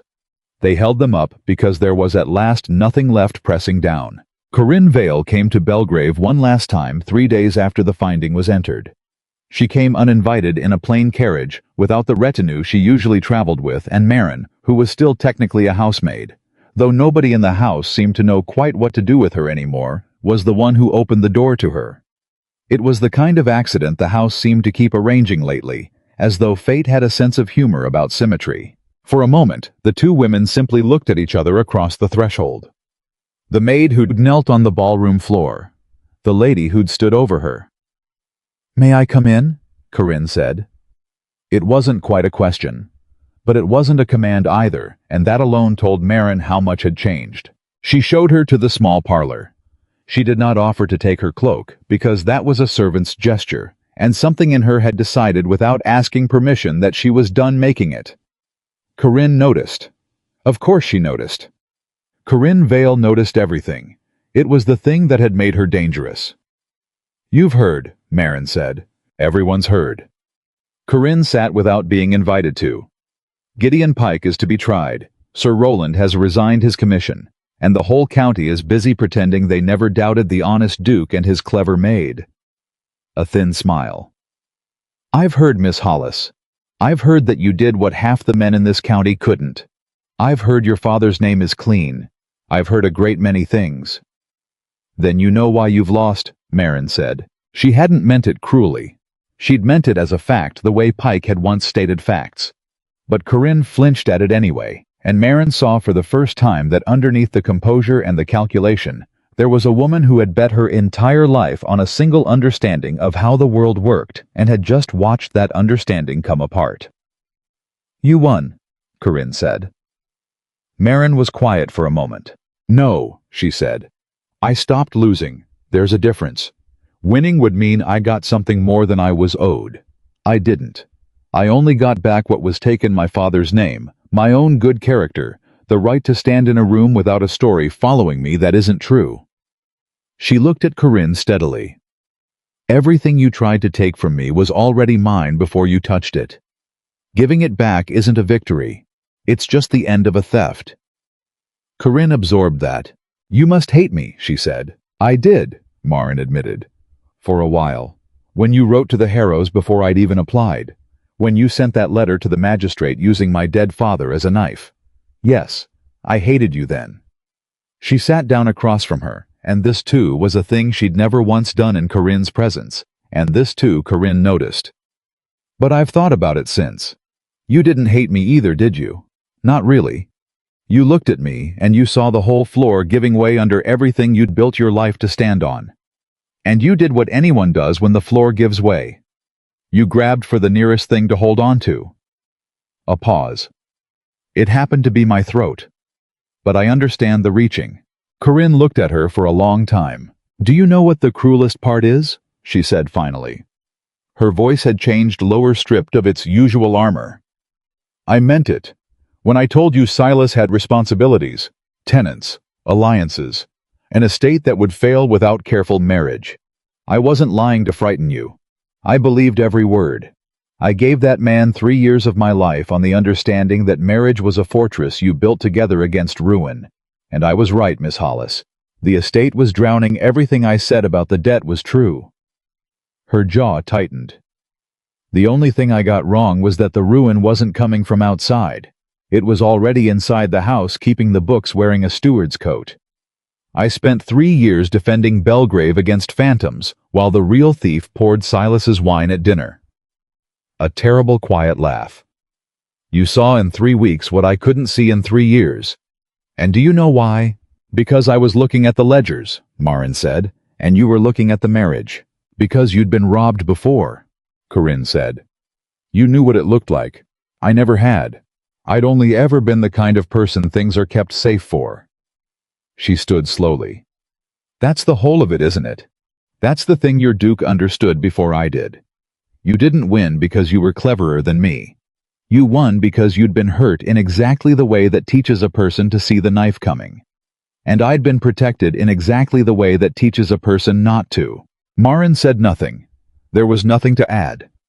It was, she thought, the most honest thing Corinne Vale had ever said, and it had cost her everything to say it. At the door, Corinne paused. "Will society ever truly accept you?" she asked. "As his Duchess, you know what they'll say. In the drawing rooms, for years. I spent 18 years believing acceptance was the same thing as worth, Maren said. It isn't. I know that now the way I know my own name. They can accept me or not. It won't change what I'm worth by a single penny, because that was never theirs to set. She held the door. You taught me that in a way. You spent your whole life chasing their acceptance, and it didn't save you from a thief at your own dinner table. If that's the prize, Lady Corinne, I don't want it. I never did. I only wanted the truth, and I have it, and the truth doesn't need anyone's permission to be true. Corinne looked at her one last time. He's fortunate, she said. Silas, I hope he knows it. He knows it, Maren said. I remind him. And Corinne Vale almost smiled, a real one this time, small and tired and human, and then she went down the steps to her plain carriage and out of the story. Not destroyed, not screaming, but simply and finally free of the thing she'd wasted her life defending. Maren watched the carriage go and felt unexpectedly something close to grief for her. Not for the enemy she'd been. For the woman she might have been in a world that had taught her to see clearly instead of only to hold on. Silas found her that evening still standing at the window where the carriage had disappeared. She came to concede, Maren said without turning. In her way. I know. I saw the carriage. He came and stood beside her. Are you all right? I feel sorry for her. Maren shook her head slowly. I didn't expect to. She spent 3 years believing she was protecting you, and the whole time the real danger was the man she trusted most in the house. There's something almost unbearable in that once you stop being angry long enough to see it. Silas was quiet for a moment. I owe her something too, he said. Not marriage, but an apology perhaps. I humiliated her in front of 400 people. Whatever she became after, she didn't deserve that. I did it to make a point, and I made it using her exactly the way I used you. He exhaled. I've been thinking about that a great deal. That night, I told myself I was defending your dignity, but I did it by stripping hers, and I did it without asking you if you wanted to be defended at all. There's a hypocrisy in that I haven't finished reckoning with. Maren turned to look at him. You said that to me once before, she said. In the corridor, the night of the ball. You said you'd defended my dignity by ignoring my wishes, and that there was hypocrisy in it. I remember. Most men say a thing like that once to sound thoughtful, and then never think of it again. She studied his face. You're still thinking about it. 3 weeks later, after everything. She turned back to the window. That's the difference between you and every powerful man I've ever known, Silas. It isn't that you don't make the mistake. You make it. You made it that night badly in front of the whole county. It's that you don't stop turning it over afterward. You don't let yourself off. Is that a virtue, he said, or a torment? Both, she said. The good ones always cost something to be around. That's how you know they're real. I didn't propose that night. She was glad of it later. Glad that he'd understood without being told that a proposal on the heels of Corinne's concession would have felt like a transaction completed, one woman leaving and the next stepping into her place. He gave it a week. And when he did ask her, he did it in the one place in the world she'd have chosen. Not the ballroom. Not the great hall. He took her on a cold, clear afternoon to the small library, the room where she'd read her father's letter 4 times by lamplight. The room where they'd bent over the ledgers night after night. The room where she'd said his name for the first time was actually the mill, but this was the room where all the rest of it had happened. The real room. The working room. The room where 2 people who'd started on opposite sides of an uncrossable distance had learned each other 1 page at a time. There was no audience, no orchestra, no kneeling. He simply took both her hands and said, Maren, I've rehearsed a dozen ways to say this, and every one of them sounded like a man performing. So I'll say it plainly the way you've taught me to say things. I don't want to marry you to protect you. You've made it clear you don't need protecting, and you're right. And anyway, you've done considerably more protecting of me than the other way around. A breath. I want to marry you because I have never once in 39 years been fully awake in a room until you walked into it. Every important thing I know about myself I learned in the last month standing next to you. I don't want to spend the rest of my life anywhere you aren't. That's the whole of it. That's the truth, and you told me the truth doesn't need permission to be true. Maren looked at him. And then she asked the question she'd been holding since the night of the ball, the one that mattered more than any other, the one whose answer would tell her everything. Would you still want me, she said, if no one ever forgave you for choosing me, if every door in this county stayed half closed for the rest of our lives? If your children were the ones people whispered about the Duke's babies born of a housemaid? Would you still want me then, Silas, when it costs you everything and buys you nothing but me? He didn't hesitate. That was how she knew. They aren't required to live my life, he said. And I'm not required to live for their forgiveness. I spent 39 years doing exactly that, every choice measured against a room full of people whose good opinion I'd have traded my own soul for. And it made me a man who let a thief kill his father because the thief looked respectable and the truth looked inconvenient. His hands tightened on hers. I'm done living for that room, Maren.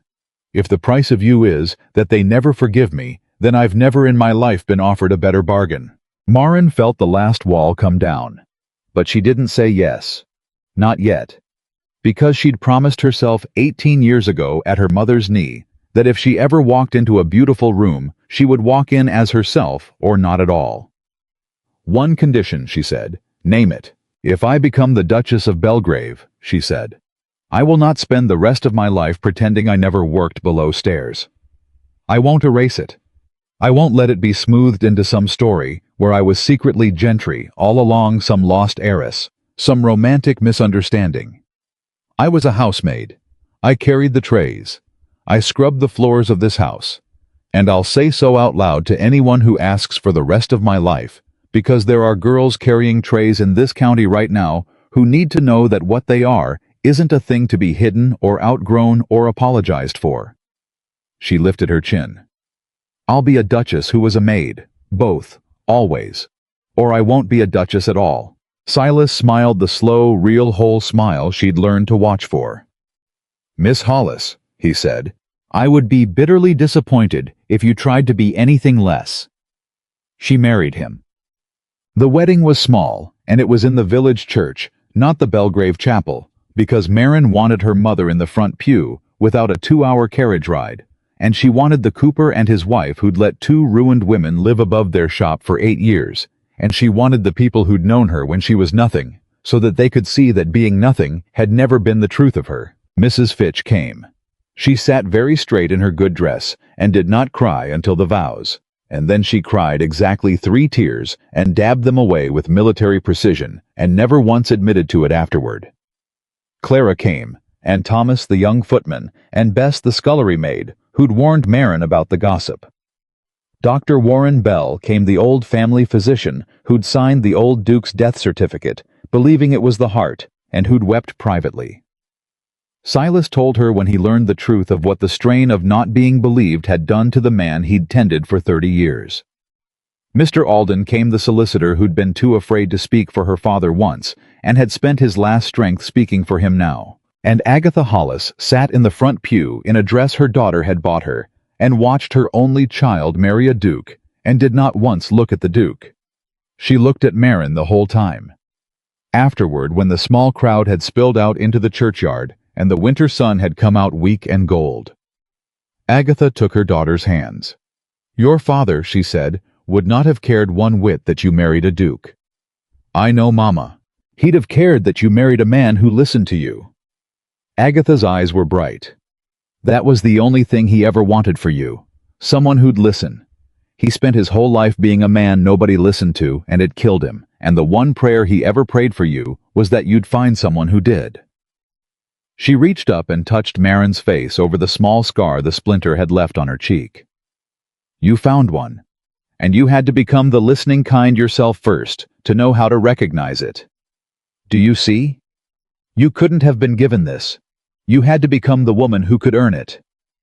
She smiled through her tears. That's why it's yours. That's why nobody can ever take it. Because it isn't a thing that was handed to you in a beautiful room. It's a thing you built with your own 2 hands out of the wreckage they left us. Maren held her mother in the churchyard for a long time. The estate recovered faster than anyone expected. £7,000 returned to the accounts. It had bled out of turned out to be the difference between an estate slowly drowning and an estate that could breathe. Silas opened the books, all of them publicly, to his tenants and his creditors, and anyone who cared to look, because he'd learned in the hardest possible way what happened when a great house kept its accounts in the dark and trusted the wrong man to hold the only lamp. There would be no more single lamps at Belgrave. Maren saw to that, and she saw to a great many other things. Because it turned out that a woman who had spent 6 years understanding a great house from below stairs understood it better than any lord who'd only ever seen it from above. She knew which repairs the tenants actually needed versus which ones looked impressive on a survey. She knew that the head gardener was stealing seed, and the laundry was chronically understaffed, and the coal, always the coal, was still being ordered in quantities that made no sense though now for reasons of simple habit rather than fraud. She fixed all of it quietly the way she'd once corrected a seating card, and the estate ran better in a year than it had in 20. But the thing she was proudest of, the thing that outlasted everything else, began with a girl on a staircase. It was a full year after the ball. Belgrave held another winter ball. Silas's idea, and Maren had agreed to it only because she understood what he was really proposing, which was not a party, but a correction. The same ballroom, the same chandeliers, the same season, the same guests, many of the very same people who'd stood in a silent circle a year ago and watched a maid kneel on the floor. Maren was dressing for it when she heard the music. She'd stepped out of her rooms into the upper corridor, and somewhere below, the orchestra was tuning, sending up fragments of the waltz through the great house, and there at the turn of the servants' stair, where it met the family floor, was a girl, a new maid. 15, perhaps 16. Thin, nervous, still growing into the uniform.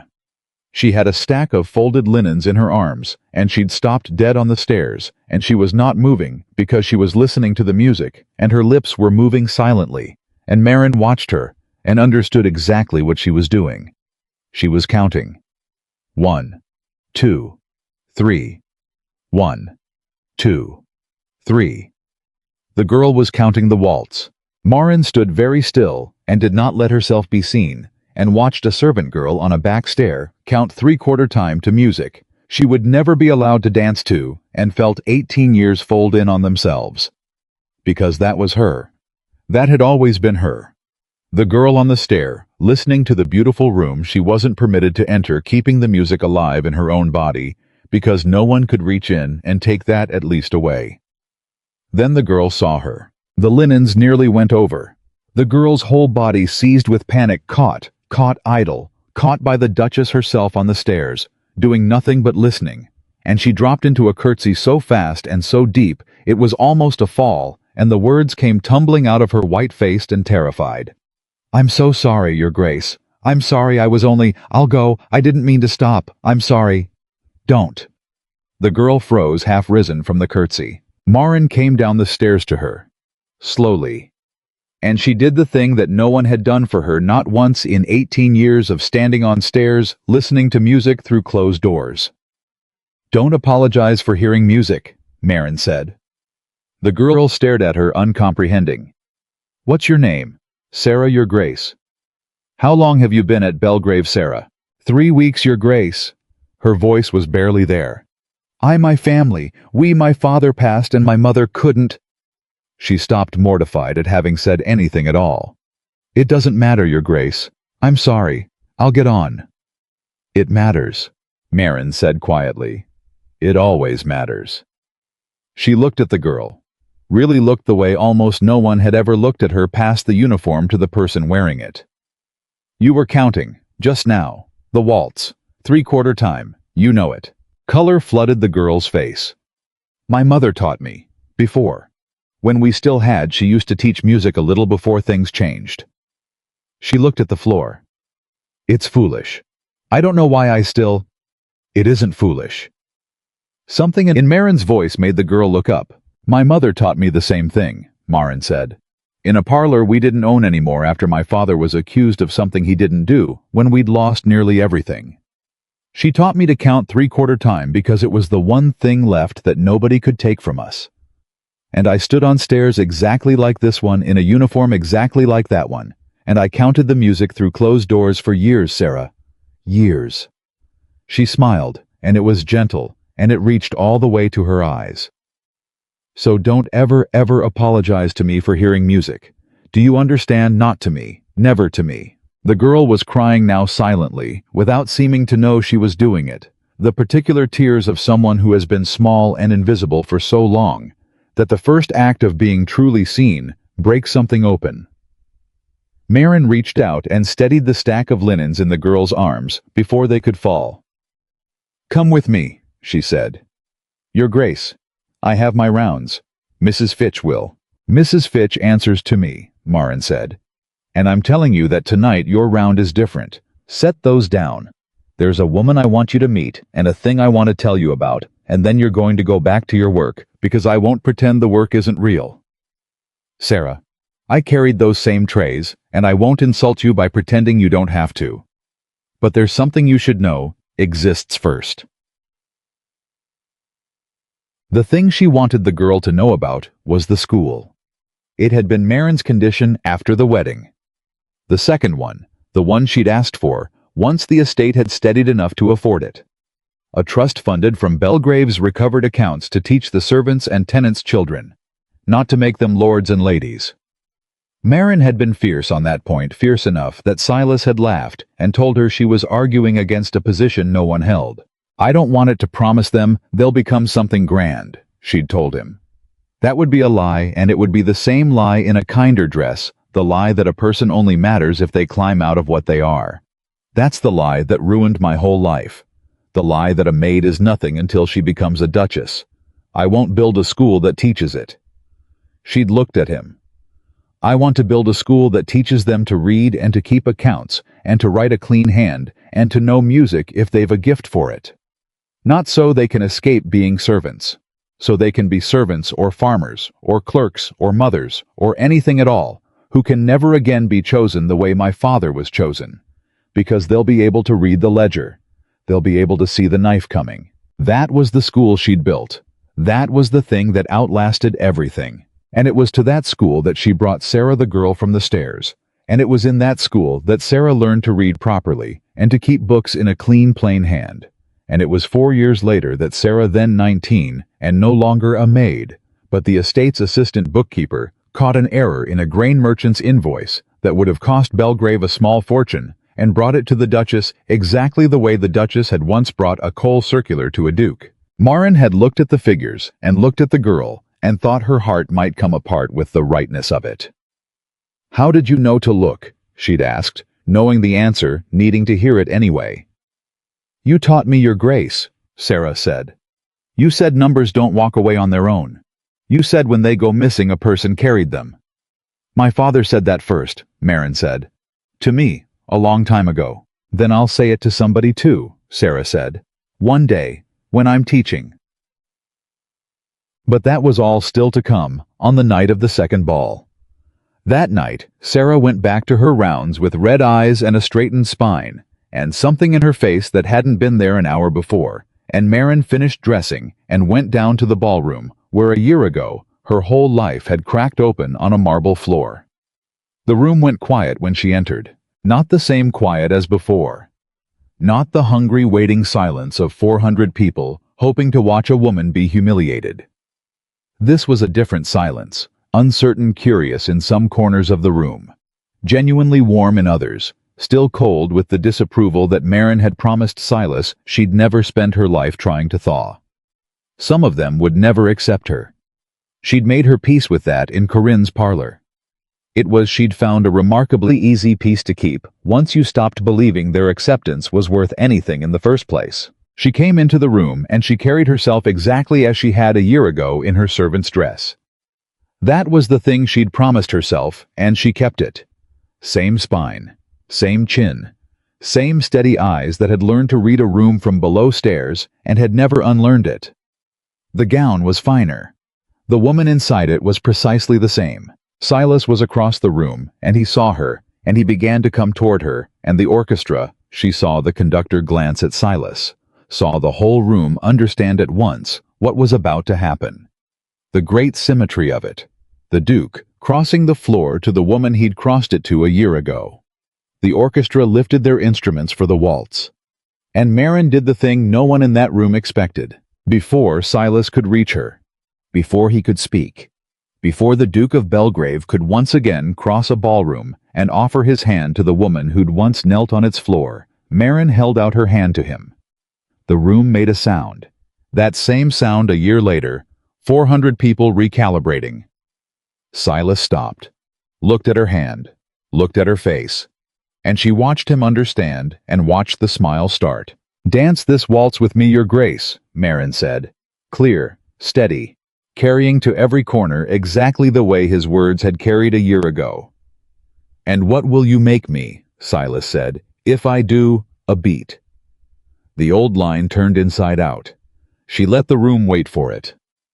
"Hopefully," Maren said, "a better dancer." The laugh that broke across the ballroom was real, and it released something. Some held tension, a year in the making, and even the cold corners of the room thawed half a degree despite themselves.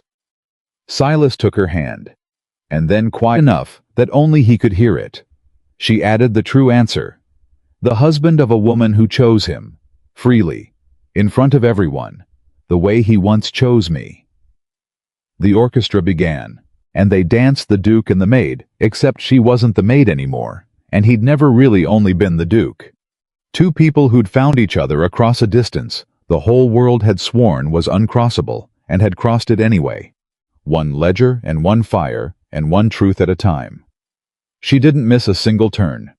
There was no fear in her body to make her stumble now.